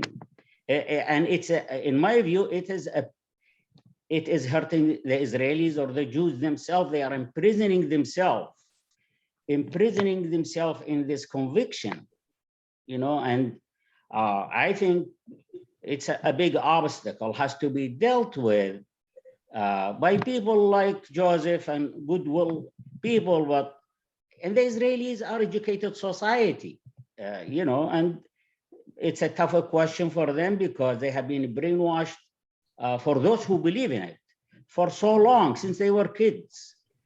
But there is always hope, and I hope they come face to face with that issue. No, I hear you. No, I think anytime you go back to the Abrahamic roots, you know that there are prophetic possibilities. So let's say, and there are deeply priestly and deeply conservative possibilities. Each one of these religions, have engaged in some very ugly hatred and greed and atrocities and barbarities of some sort. It could be patriarchy, which all of them are susceptible to. But it's the prophetic voices in Judaism. It's the prophetic voices in Islam. It's the prophetic voices in Christianity that need to be stressed. So it can't just be going back to Abraham. It has to be the prophetic elements that flow from Abraham, that flow then from Moses and so on. So you're right, it's just too vague. It's too oblique if it's just going back to the roots of Abraham. We've got to be very concrete about the prophetic discourses, the prophetic practices, the prophetic perceptions that build on shattering any ism that stands in the way of people's humanity and people's democratic possibilities. And that's to me, that's as much a critique of, Zionism itself, in all of its varieties and all of its forms, right, was a form of national self-determination. And we know that nationalism itself can be a means by which people are able to resist oppression, especially when it's imperial oppression in the modern world. But nationalism itself can become a golden calf. Yeah. Nationalism itself can be predicated on somebody else's oppression, on somebody else's land and so forth. And this is true also with Islam. Islam has its own series of atrocities and barbarities and so forth and so on. But prophetic Islamic folk, I come out of tradition, people like Malcolm X. Malcolm says, I'm for truth, no matter who's for it. I'm for justice, no matter who's promoting it. And I'm for the humanity of people in the name of being a Muslim and a Black man. But that's a different kind of Muslim than some other Muslims who have their own golden calves. And I can spend days talking about my own tradition of Christianity, given all of the barbarities and atrocities that we Christians have promoted. But I try to be part of the prophetic tradition of Martin Luther King Jr., and Fannie Lou Hamer, and Dorothy Day, and so forth. So I hear what you're saying, though, is we want to be supportive of these efforts to come together, but we just have to be clear about what some of the idols are. Yeah. And the good thing, just to add, we are in an era where the information is flowing between individuals and between groups and across the borders. So these are not going to stand the way they have been, the controlled information by one individual or group or and dictating to the masses. So that's a good thing on one hand. Hopefully maybe we are too optimistic, but I am optimistic. Well, I've never been optimistic or pessimistic, but I'm a prisoner of hope. Yeah. And that's different. I think the Confederation is a prisoner of hope. We know how difficult things are. Good reason to be pessimistic. Some reasons maybe every once in a while to be optimistic, but not to allow either pessimism or optimism to get in the way. Because when you have hope, you are a participant in the midst of a process toward peace and justice, regardless. Let's go to Libby. Thank you. It was a pleasure. I spent some time with the civil rights in the 70s, not preceded me, but in Mississippi and. Oh, yes. Yeah. No, and you know, we just buried Bob Moses. I was blessed to give the eulogy last week. The great Bob Moses in Mississippi in 64 and 66. It was a beautiful, beautiful funeral with his blessed wife and children. Yeah, yeah. It was good to see you and the guests here, and thanks for Joseph for making that possible. Libby, can you ask your question? Yeah, thank you. Thank you, Joseph, for doing this each week so faithfully and loyally and holding to your strong ideas. And thank you, Dr. West, for bringing your beautiful spirit here today. We've had other guests who didn't respond. I mean, they may have agreed with the program, but you bring a spirit that is very conducive to listening and learning that I really appreciate today. And I know that you're a philosopher of life and very intelligent. And so I want to throw a little different question to you that I think has everything to do with the Israeli-Palestinian relationship, but it's also more global in its view as well. Because I think we're living in a very, very challenging time globally on the planet that has to do with relationships and the lack of relationships and a way of thinking that is not serving us when it's not serving the planet. And I'm wondering how you would describe that. What do you think we human beings need to understand and respond to so that we can work together to solve many of these global problems, and with a focus on Israel-Palestine? But I think of it almost as like an evolutionary leap. We humans are stuck in a place that isn't working, and we need to take a leap in our consciousness about understanding who we are and our role in changing life so that we can all survive together. And I liked your words about affirming humanity and using power or respect and dignity. See, these are some of the terms that I think are very powerful, but we're missing a lot. And I wonder how you could advise us, what you would say would help us have a turning point in our working together to resolve some of these global problems. No, I appreciate your kind words and appreciate your question. I mean, very briefly that, see, I think that most of the history of the species has been a history of greed and hatred and envy and domination and subjugation. And what we're experiencing is what it's like to live now, roughly 70 years after the end of the age of European empires that tried to reshape the world in their interest and image. And in 1945, when you got the end of that European imperial age, and the American empire emerged on the one side and the Soviet empire emerged on the other, and you got the clash, and then the Soviet empire goes under, and the American empire becomes the sole empire with various other units, but very much subordinate in terms of military might, economic might, and so forth.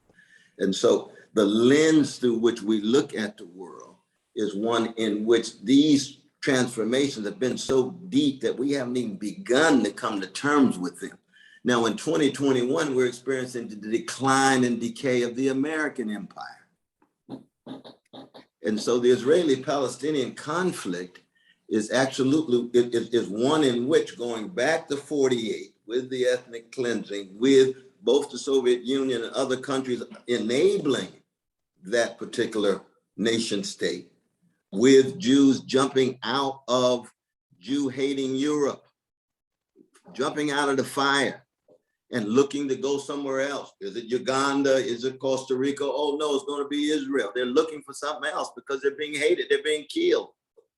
But then they come to a place where they have to tell falsehoods and lies. There's no people here. We starting anew and so forth. No, that's not true. That's not true. You got the Arabs in here, you got hundreds of thousands of Arabs in here. And so they are responding to the collapsing of these various European empires. And what is going to be their relation to the American empire and the Soviet empire? And then the Palestinian people are going to come with their awakening, say, lo and behold, wait a minute. We're wrestling with ethnic cleansing. We're wrestling with domination, and then 67 with the occupation. So that these are larger processes that very few people take into consideration, but they're affecting people in very deep ways.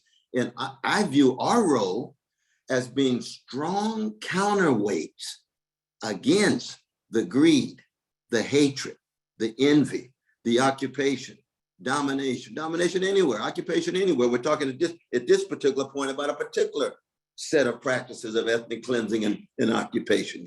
But it would be true if it were the other way around. Jews were being occupied. We have to have the same righteous indignation that we have when Palestinians are occupied by Israelis. It's got to be a moral and spiritual standard that's constant. Why? Because things are so dim. The planet could go under. Nuclear catastrophe could take place. The wealth inequality is escalating with predatory capitalism. The patriarchy is real in the Christian, Islamic, secular, Buddhist worlds. The homophobia is also, all these are forms of losing sight of the humanity of people. Dalits in India and Roma in Europe and so forth. But when we zero in on any particular conflict, we've got to make sure that we have our moral vision clear, our historical analysis clear, and then the willingness to intervene, the willingness to act together, collectively, across various lines. We've got to have multinational, multiracial solidarity. Absolutely. And so that's my own orientation when it comes to these issues. Thank you. Let's go to Moshe Chertoff, then Ariella, Olivia, Abraham, Dr. Abraham Weisfeld, Shiraz Ramji, Jeff, and Charles and Nida. A lot of questions, so that's right. You can shorten them. No, that's fine, no, brother. That's fine. Thank you. Brother Cornell, it's a pleasure to be in a framework with you. I'm leading a different framework called the Symposium for Palestinian and Israeli Peace that we're running also through the internet. We've, among other people, we've had speakers. There was our brother Rabbi Michael Lerner. Oh, yeah. I know. Oh, and, absolutely. One we of go the back things 40 years. I know. And one of the things that we insist on in that forum is having love speech and heartful listening. And those are the ways to become prisoners of hope. And one of the problems that we have in Israel is that we are still, let's put it this way, the voting that we saw tonight is indicative of the fact that most of the people who are already convinced are taking part in this framework. And we have to get to the other half of Israeli society who need a form of detox after having been ruled by right-wing leadership since 1977 and the last 12 years of lies and backstabbing by Netanyahu to the Democrats and Democratic Party. So to get there, we have to be able to speak to them. We don't have to convince each other. We have to reach out across the aisles and across our walls and across our borders in love speech and in heartful listening. Maybe in the other, in the reverse order, first listening and then love speech. But when we voted about walls and anything about walls or weapons, that other side of Israeli society that's not here, probably, I won't assume that no one is here from that side, but most of them have learned the wrong lessons from the Holocaust. And instead of learning that nothing like that should ever happen to anyone, and definitely not by Jews who have suffered from a Holocaust, they learn that you have to be the toughest MF on the block or it's going to happen again. And so that runs their way of thinking, and they're not capable of love speech, and definitely not of heartful listening. But I want to know your opinion. By the way, I'll just make you feel good for in 2 sentences. And that is, you talked about the progress that we've been making, and we noticed it. In 2016, when you first became a member of the DNC, we tried to get the word occupation into the Democratic platform. It didn't get in. I will note that this time, before the previous elections for President Biden, we succeeded in getting in a statement that negates any possibility of unilateral annexation. And we said, while you're at it, if you got your pen out and you got some more paper there, please also make a statement to support the rights of Palestinians to self-determination. And those 2 items both got into the Democratic platform, and they were both authored by Israeli Jews. So I wanted to make you feel good. We are making progress. The question I have for you is, what is your opinion of the 2-State Solution Act by Representative Andy Levin? Are you familiar with that and what it proposes? And thank you again. No, thank you. And I salute the work you're doing with Brother Lerner and the others, both on the West Coast and other parts of the country and the world. I don't know about the details of that particular 2-state solution. What I've said about the 2-state solution in general, in terms of the ways in which the conditions are being undermined and undercut daily, monthly, yearly, I do hold to, but I'd have to take a look at the details to see exactly how they come to terms with those processes that are undercutting 2-state solution. But I just think that but you're right about trying to both speak the truth to people we have radical disagreements with and try to walk in their shoes long enough to get a sense of how they're looking at the world. This is very important. This is what empathy is. I mean, this is what it is to engage in a dialogue where you're interested in moving people from where they are. I mean, that's very different than just imposing from above. But you have to be also very clear that you're not willing to have any patience or tolerance with the hatred of greed, an accommodation to an occupation, an accommodation to domination. Just because you're being empathetic doesn't mean that you're giving them an excuse to rationalize their accommodation to structures that are really crushing precious human beings. Thank you. Let's go to Ariella.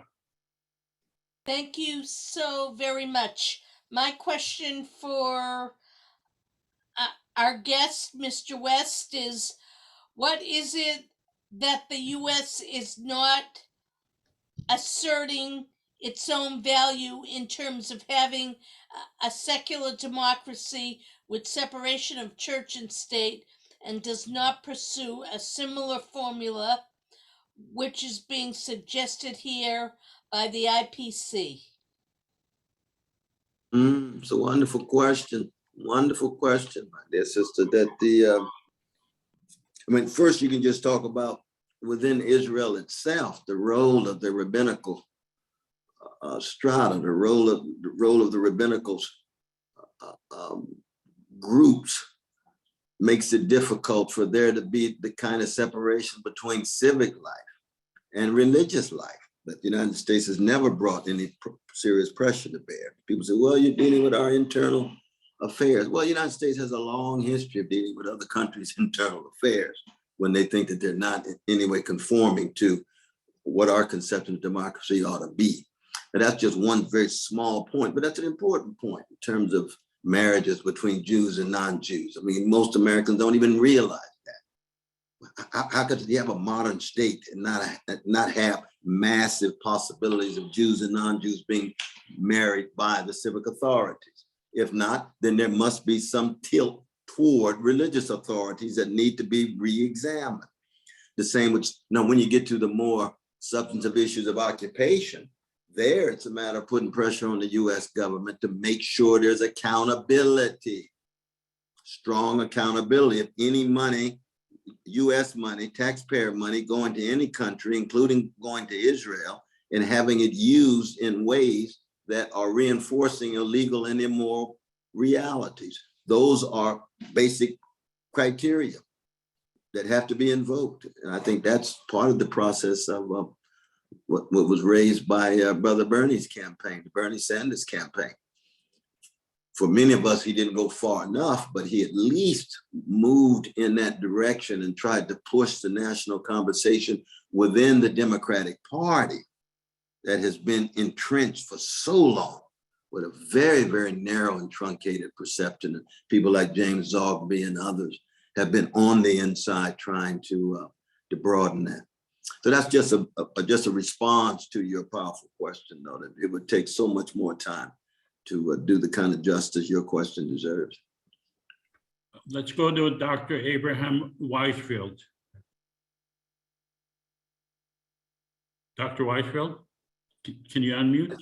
There, I had to unmute in 2 steps. I'd like to introduce myself to Cornel West, first of all, because I come from a modern Orthodox Jewish refugee family.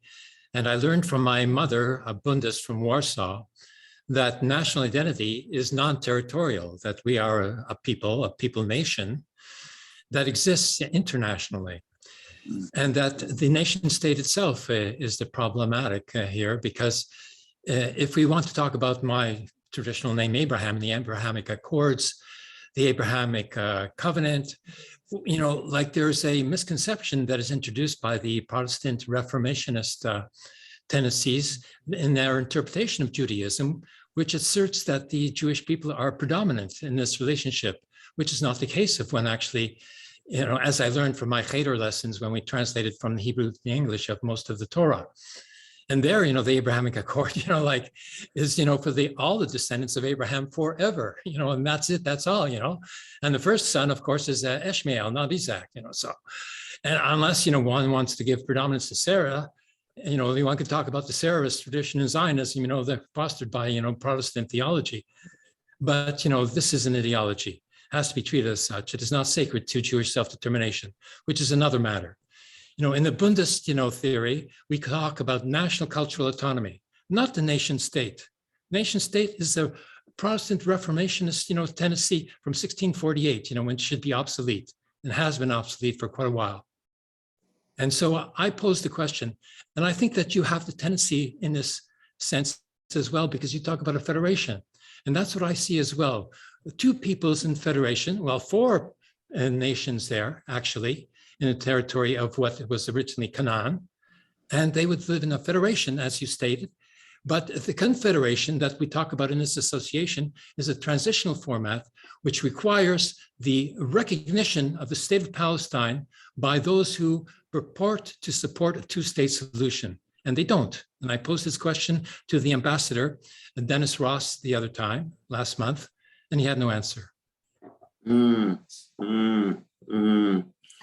No, I wish we had a couple of hours to talk, though, brother. As much I have much to learn from you. We have some rich historical, theological, and philosophical discussion about the ways in which universalism, embracing all of humanity, flows from Hebrew scripture.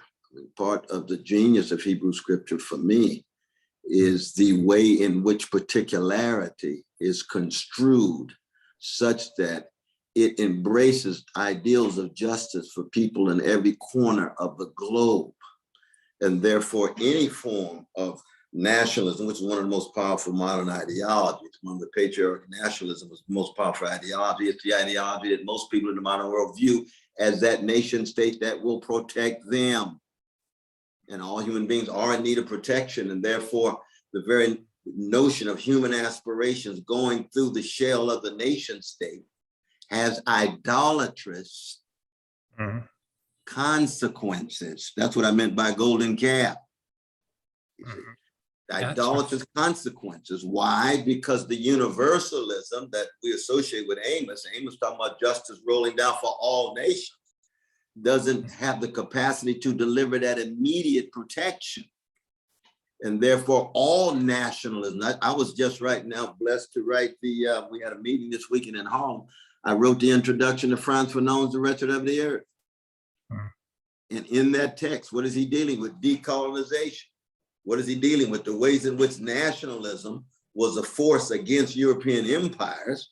But once those empires were pushed back, the new elites could use nationalism in an idolatrous way to downplay the plight of their own poor, their own working classes, and that downplay the plight of other people outside of their territories as heads of a nation state. And Fanon is saying in his own secular way, lo and behold, this is precisely the kind of idolatry we need to call into question. We say, well, Franz, the Hebrew prophets actually beat you there. They've already been critical of that kind of idolatry. And when you get to the modern world, that nation state is so powerful, it has a monopoly of instrumentalities of violence. It can protect certain citizens, those they redeem as citizens, over against non-citizens, subjects based on color or gender or religion or whatever it is. And therefore, we have to be very, very careful about this. Now, see, in the Palestinian case, Palestinian nationalism itself is very similar to decolonizing forms of nationalism, because it's the very means by which their human aspirations can bring some power and pressure to bear over against an occupation, over against the domination. But as we know, the Palestinian elites, will they learn from history? Will they use their Palestinian nationalism to subjugate their own people in the name of nation, be it patriarchal, class-based, or what have you? This is true in any group, true in my own group of Black folk in the United States. Our Black nationalism over against American nationalism, it could be a form of suffocating, it could be a form of liberating, depends on what the context is. But if you lose sight of the moral and spiritual vision of universalism based on your particular tradition, then you're going to fall into some ugly traps. Right.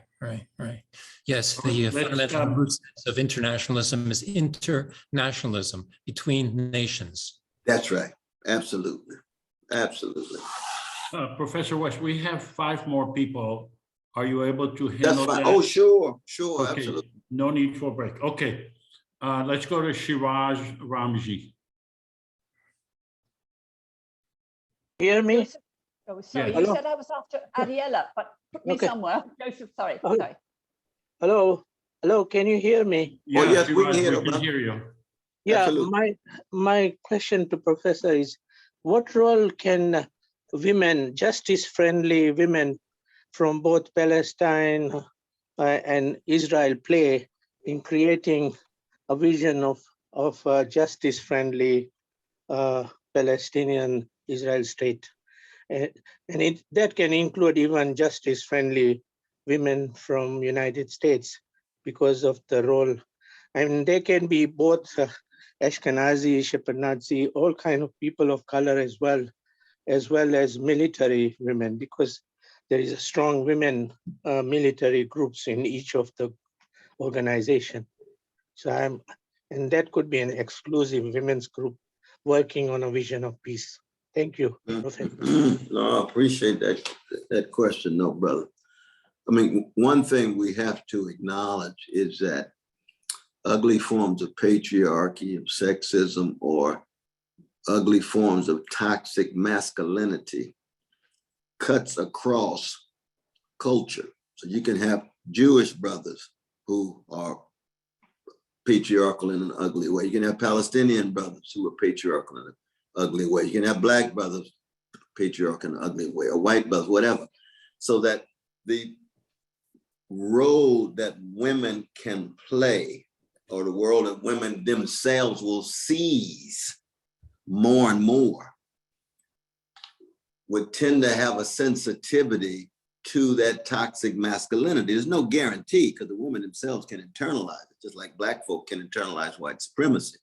But the women are more likely to have a sensitivity to the toxic masculinity, to be able to engage in a critique of that particular form of oppression, which is inseparable and tied, not identical, but inseparable from Israeli occupation or whatever form of domination you want to talk about.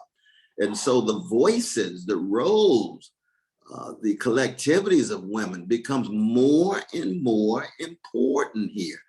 Because when you have voices and figures who themselves are sensitive to other forms of oppression, there is a good chance that they're going to be more willing and courageous to engage in critiques and indictments of the other forms of oppression. So that I don't want to be, naive about this. Women are human beings. They have the capacity to be greedy and hateful like anybody else. But in terms of their socialization, that I do think that the sensitivity to patriarchy can serve as a major catalyst to being a powerful indictment of occupations, of dominations, of economic exploitation, and so forth. All right, let's go to Hamas leader Jeff Warner. Jeff? Yeah, I'm talking as myself, not as a Hamas leader at this point. And, the situation between the three governments, Hamas, PA, and Israel, is sort of frozen. And there has to be, it seems to me, some way of breaking through this. And one way that seems to be able to break through this, open up the frozen conversation, is if Hamas recognizes the existence of Israel. And that would both open up the Hamas PA discussion, which is in a lot of trouble. And it would also open up be able for Israel to talk directly to Hamas. What are the downsides of that? Yeah, no, I hear what you're saying. I mean, on the one hand, we saw the PLO do that many years ago. And we thought it was going to create some major possibilities. But then we got caught in the Oslo Accords. And again, Zaid and others were very, very clear about the blindnesses of those accords. So that I'm not sure that just acknowledging the legitimacy of the state of Israel is going to do as much as your suggestion or as much as one would like. I think so much has passed under the bridge now, though, brother, that those kind of rhetorical gestures just don't have the kinds of effects and consequences that it would have had decades ago. And not only that, but I do believe in diplomacy based on people saying what they mean and mean what they say. I mean, if Hamas does not believe in the legitimacy of Israel, then they shouldn't say it. They shouldn't say it. They don't believe it. And they shouldn't say it just to be wearing a mask in that regard. And it means then that, we've got much work to do in terms of trying to ensure that there's Palestinian leadership who has a deep love and support and service to the Palestinian people, that it believes in accountability, and that it says what it means and means what it says. I don't believe that people say certain things just to come to the table. That's not my conception of substantive diplomacy, really. I think that when you talk about all three of those governments, Hamas, PA, and Israeli governments, I think I started this dialogue by saying I just think that the Palestinian people are so much better than their leadership, including Hamas leadership, including PA leadership. Both forms of leadership strike me as highly problematic, if not at times outright decrepit. Same is true with the Israeli people. I think the Israeli people have forms of leadership that are decrepit, that are problematic.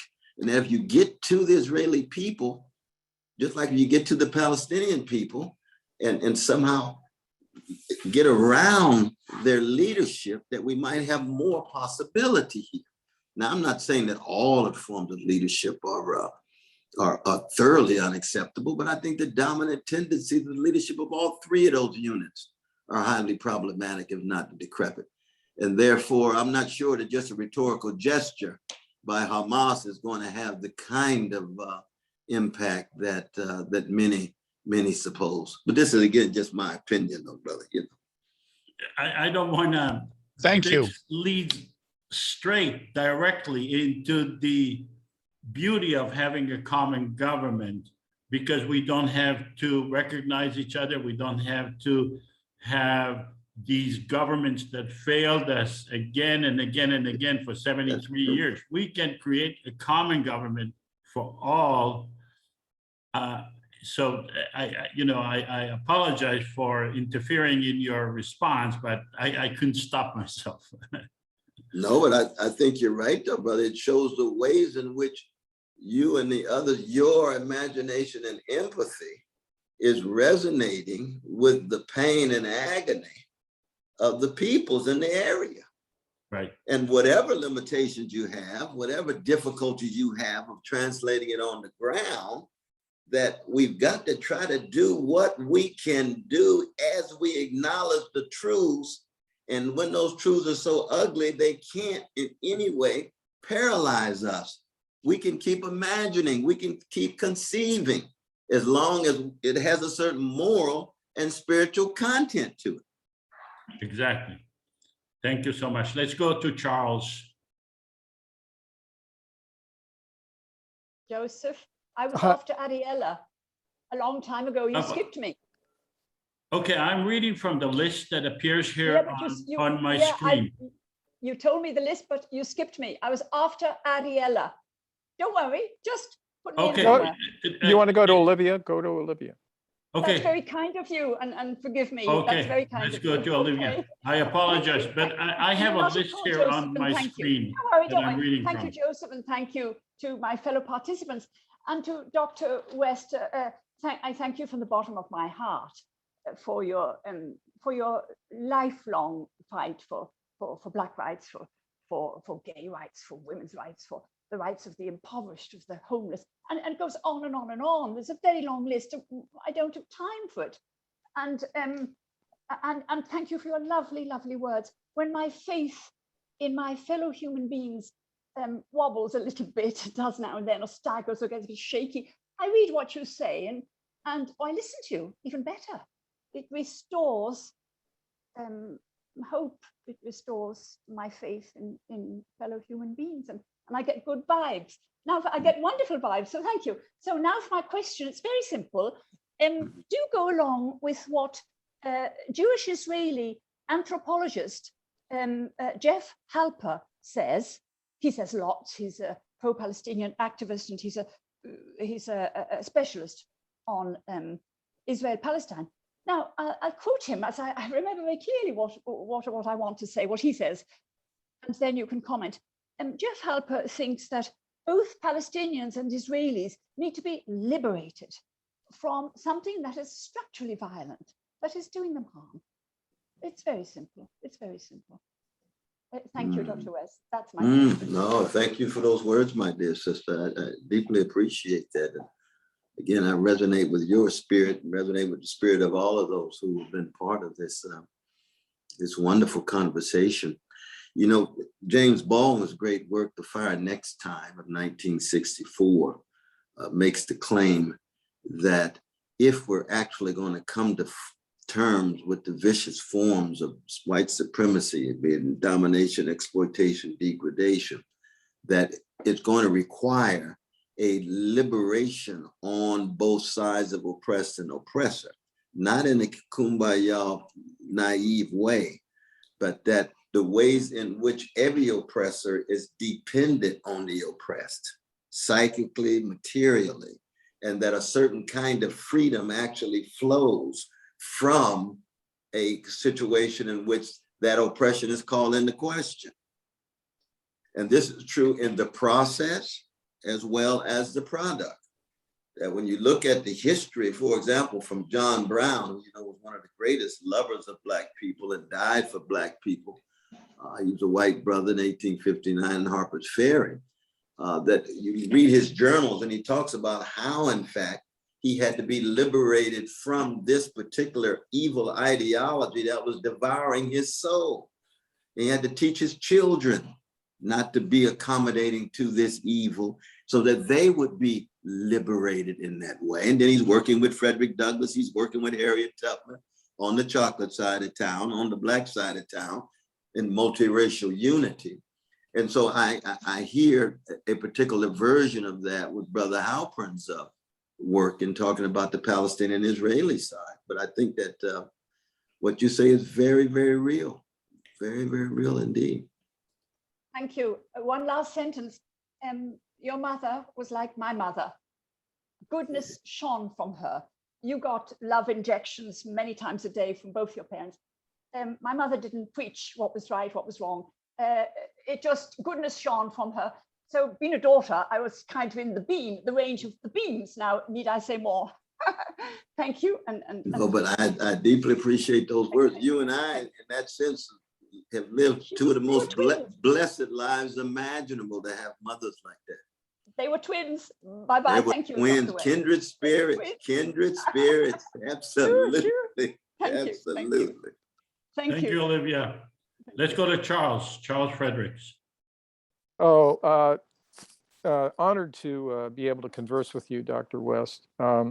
So in my own observation, the unique historical underpinning of the state of Israel allows them, or projects into them, a character of basically defining any type of resistance to what they're doing as an existential threat, which justifies their meeting even nonviolence with violence.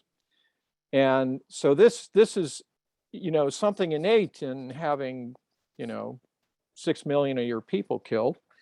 And so how do you see, the IPC as being not really utopian, but as something, as one of the unique tools, soft power tools that can be utilized to move the current governments from their cycle where they constantly have to reinvent the myth of victimhood and the violence, which destroys hope and destroys people's natural inclination for peace over and over again, to a forum that denies them the tools of violence so that they have to meet common sense ideas. So it's not really utopian, but more a soft power solution that people can really use. I'm wondering how you perceive that as being something really practical.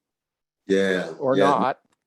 Indeed. Now, we have to keep in mind, though, brother, that even utopian experiments that at the moment are hypothetical still have practical consequences. See, that's part of what Shelley was talking about in terms of the role of the artists and the poets. So it's not as if, you can just read Thomas More's Utopia and not intervene at the historical moment that he wrote it by people who read it, because it sets them in place as agents, as moral agents in the world. It provides different ways of seeing that's different than the powers that be want us to see. Because utopia means no place. And most powers in place want to act as if there is no alternative. Yeah, right. You know what I mean? Of course, Sister Margaret Thatcher popularized that, but this is true of all elites in power. Mm-hmm. There is no alternative. And so I think actually I'm agreeing with you, but I'm holding on to the utopian term, because I do think that utopian experiments can be practical interventions that move and affect and shape concrete realities to the degree to which they can do that. And therefore, what you call a soft power, using Stanley's formulation here, a soft power tool, utopian itself can be a soft power tool. So for me, it's a both and rather than an either or. I don't know whether. Right. It's just that for me, it moves the conversation from a place where the tools of violence can be used into a place where they're forced to deal with solutions, ideas, and if they want to make the case that according to their reality, it has to be this way, they have to do that in a sense without the common sense of like, no, you're attacking us. That's why we have to react. It takes that whole thing out of the picture, which deprives them of a lot of the impetus. No, I hear you. I mean, the danger always is that the very clever elites and the powers that be try to use utopian projects, try to use soft power tools to act as if they have a certain commitment to something that's different than what they ordinarily do. But when it comes to being tested, they still use the self-defense strategy in an exorbitant way, self-defense strategy in a extravagant way, and in an inexcusable way. And that's what we have to also be mindful of, that we don't want any of our efforts to be perceived as simply a fig leaf for the powers that be. That's why we had that discussion about veto power and so forth, that a certain use of that veto power would be such to say, allow us to have our conversations when we want, but when it comes to the crucial issues of occupation, we're not budging at all. And we're going to veto any attempt that spills over in that direction, so that it makes the elites look as if they're much more tolerant, much more empathetic. But when it comes to be tested, they're still, engaging in extreme forms of violence, ... And that's something that we just have to be mindful of. We have no control of it, but we just have to be mindful of it. That's all. If I could have just another Sure. moment. Oh, absolutely. Absolutely. Another issue that I see is that they may not veto something, but then when it comes to actually enforcing it, which is something, again, that falls, to me, it's going to fall upon the structure of the IPC to be able to come up with ways that this, through exposure, transparency, and shaming, that this can actually make it very difficult for them not to follow through with whatever it is that they've apparently agreed to. Very important point. Very important point. And that's why the court of public opinion must never be underestimated, just as it must never be overestimated. It has a crucial role to play.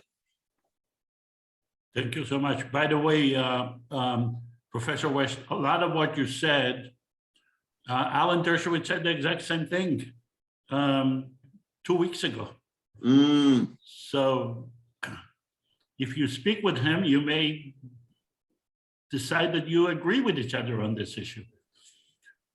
Let's go to. I'm not used to agreeing with my dear brother on any pervasive way, but I'm always open to agreeing with anybody if they're concerned about the truth. Well, this whole IPC simulation actually demonstrate that people of all points of views agree on this solution. Yeah. They are in agreement on this. And that's the overlap becomes real. Yeah, that's right. That's the beauty of what we are doing. Let's go to Nidal. Thank you, Joseph, again. Really enjoying the conversation. Very, very helpful. Of course, thank you everybody for being here. And again, thank you, Dr. West, for being with us. Thank you for being the voice of the voiceless. And we really appreciate your presence, your wisdom, your knowledge. I wish we have all day to talk to you and discuss and hear from you. But since we don't have too much time, I need to get what is your advice for the Palestinians inside Palestine? What do you think they should do that can help them more? What is your advice for the Palestinians here in the United States? What they can do to try to move the United States from being very pro-Israel and remotely from being neutral, and try to get some balance or some conscience in the American position that has always been I think United States is a partner of this whole problem that started in 48 until now. They are not just a bystander or just a separate major power. I think US and Israel are in complete, partnership in all this injustice that's been happening. So from your experience, from the experience of the Black Lives Matter and everything else, what is your advice for us, the Palestinians, that we can do better, whether here in the United States or in Palestine? And thank you again for being with us.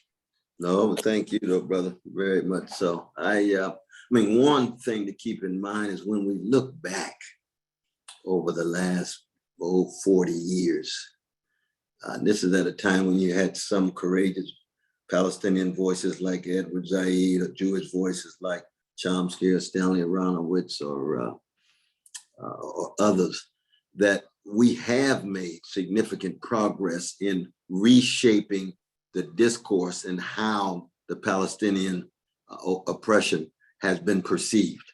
There's been major breakthroughs in terms of what people see. The blindness was so thick in the 70s and 80s. That has been shattered. And the elites in Israel know that. They know that. These are intellectual battles taking place. These are perceptual battles taking place, and the shift is setting in. So we have to continue that. We have to raise our voices. It could be Sister Rashida in Congress. It could be Brother Rashid at Columbia. It could be your voice, my voice. It could be Michael Lerner's voice. And it could be, if not now, I mean, all of these different voices. It could be Susanna Heschel's voice, building on her own, magnificent father, Rabbi Heschel himself, keeping alive the spirit and the energies of Hebrew prophets. But those voices, do have to also be organized and mobilized so that the impact that it has is stronger, because you are so right. The degree to which the state of Israel is so intertwined with the American empire is undeniable. There's no doubt, not just in terms of the monies and the billions of dollars every year, but the shaping of how Israel is perceived. Now, we do have to fight all efforts to allow any kind of anti-Jewish hatred or anti-Jewish sensibility or anti-Jewish prejudice. Absolutely, we've got to fight that tooth and nail. Oh, this thing is going out on me. We got to fight that tooth and nail. But I've got to replug this stuff. But we should be able to do that. You're back. You're fine. Yeah, well, yeah, but I got to plug it in because it says I only got like 7%, so I'm kind of standing up here.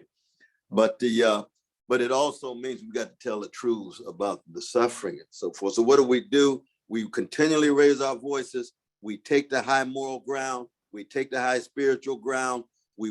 In trying to bear witness, we must recognize that we're going to be misunderstood. We're going to be misconstrued. I mean, I've been called a vicious anti-Semite for 40 years. And I tell them, thanks for reminding me of what I refuse to ever want to be.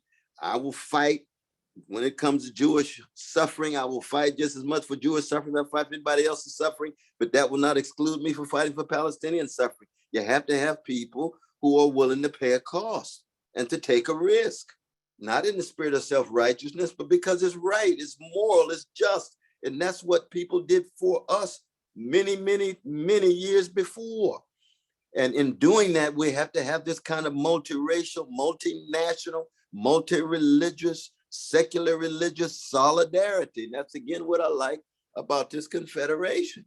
It's a space, a very important space, where people can come together without humiliation, without being disrespected or devalued, and try to come up with some alternative to a state, a condition, a relation, a domination that all of us, in some sense, radically call into question.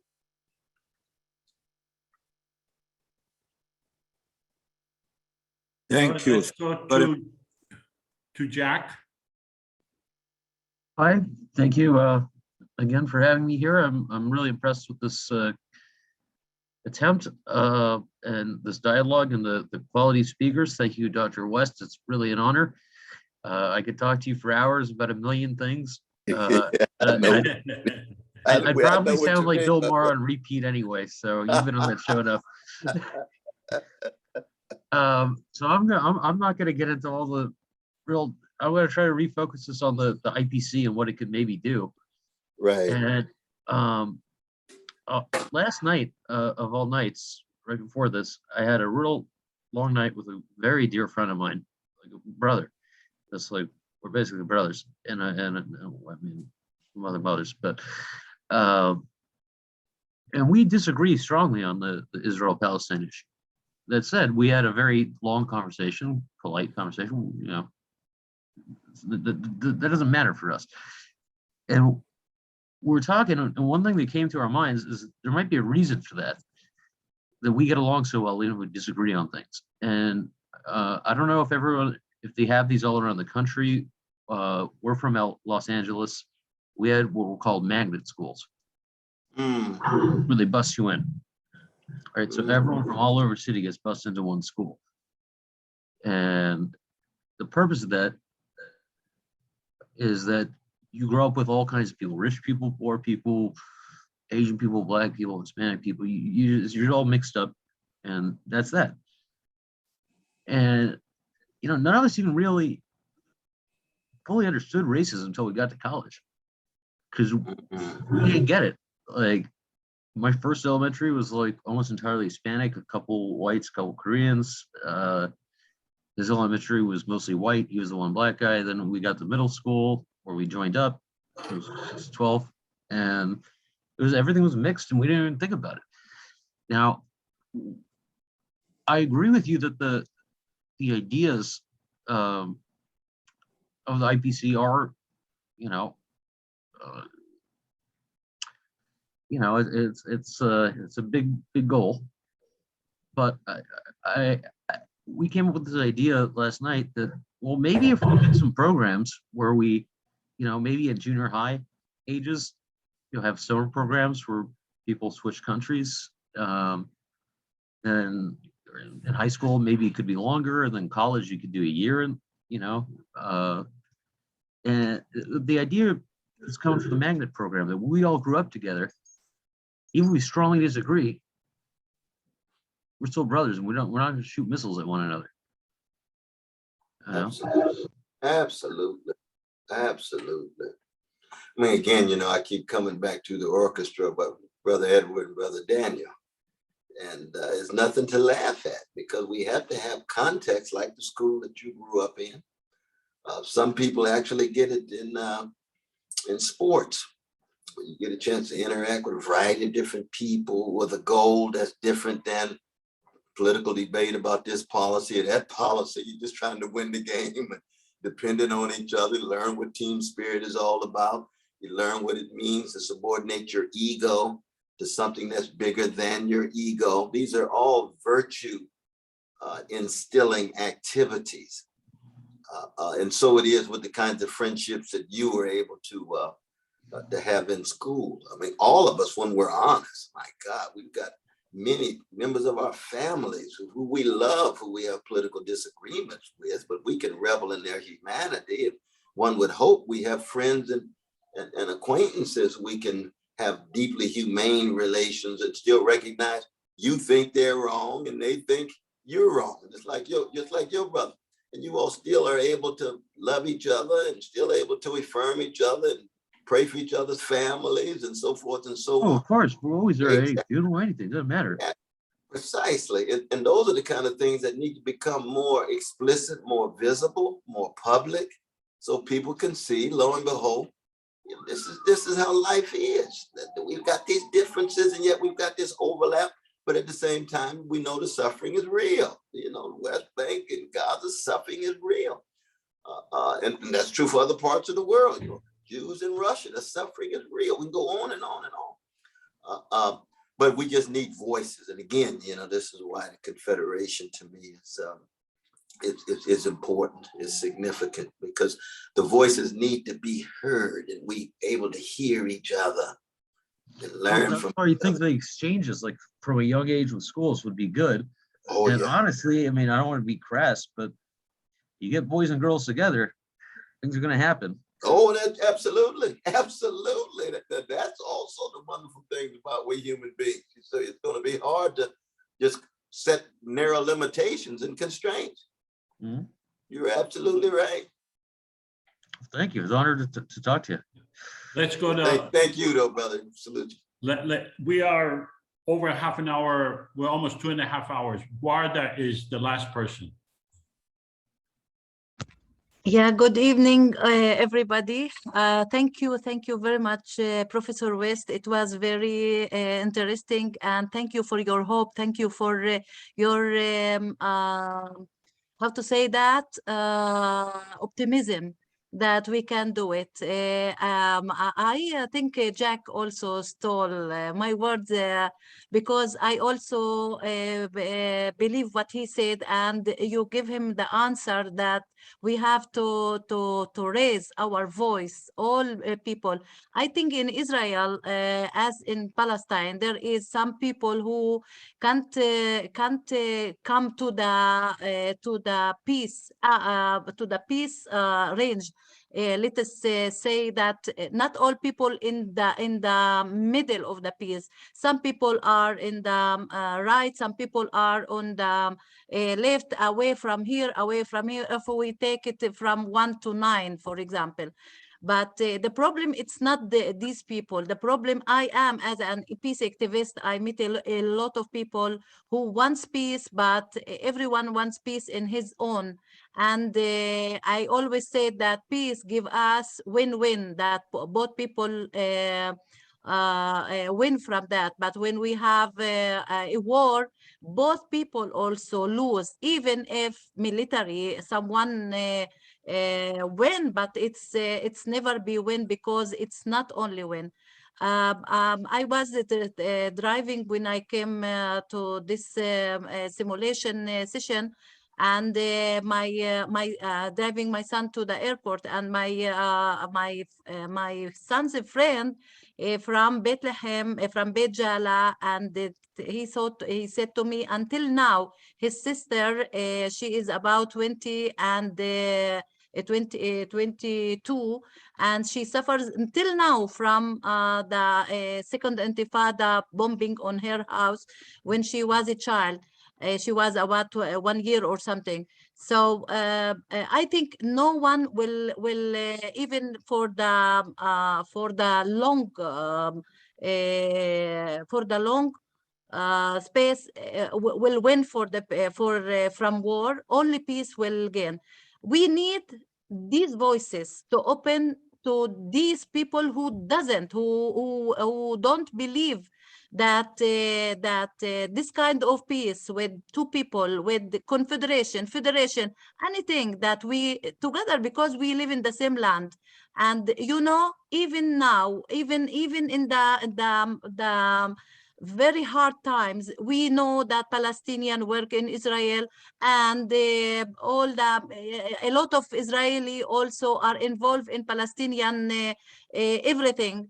So why we don't get these voices? We have, I don't know, maybe we have to make a lot of sessions like this, or make a lot of conferences all over the world, when people all over the world are mixed with this raising these voices. I think it helps us to influence this kind of people. So thank you very much, Mr. West, Professor West, and thank you, Joseph, that you always raise these simulations, and we need really to make it more open for, or maybe raise it in another for the youth, especially the youth, because they are the future, and we have to influence them. So I thank you all, and I enjoyed every word here, and hope with you to be met, how to say that, to achieve peace. Well, that's beautiful. Thank you so very much. I mean, I think that I, like you and the others, we want to salute Brother Joseph for his courage and his consistency. Yeah, any it's more form. than one decade. Yeah, I think he is working with this. Yeah. Yes, you persist, you persevere, because whatever form of domination or occupation or whatever, there's usually greed and hatred that's mobilized by trying to galvanize fear. And you have to overcome fear with courage. You have to be willing not to give up. I mean, Goethe, the great German poet, used to say, he or she who has never despaired has never lived. But so you wrestle with despair, like Joseph in the 32nd chapter of Genesis, the midnight hour with the angel of death. You wrestle and wrestle, and you come up with a new name, with new energies and new possibilities, but also wounds and also scars. And I think anytime you have an alternative idea, an alternative vision, you've got to exemplify it by your courage and your consistency and your perseverance. And that's what Brother Joseph and the others have been able to do. So I salute them. And whatever limitations, whatever obstacles and impediments, whatever blind spots, we all have those. We have to persist and try to embrace our critics when we're convinced, and then, respond to our critics when we're not convinced, but still keep bringing people together so that these voices can have more and more impact in a positive way, with that universalism, with the internationalism, so that we stay on a high moral and spiritual ground. That's the key, really. Yeah. So I would like to have some closing remarks. In my opinion, it is easy to create this confederation government. It's easier to vote than it is to ride a bicycle. In order to create this common government, we will eventually need grassroots financial support. We will need to educate and recruit candidates from the Israelis and the Palestinians. And I'm asking you to share this vision on social media and to continue to participate in our simulation. I would like to thank Professor Cornel West for his generosity. This is the only one that lasted 2 hours and 45 minutes. So I'm so appreciative of your generosity. You are a true person of peace, and we hope to have you again one time. Absolutely. You just let me know, my brother. You just let me know. I will. Thank you so much, and thank you all, and hope to see you the next time. We have a simulation in 2 weeks. Thank you so much. Thank you, Joseph.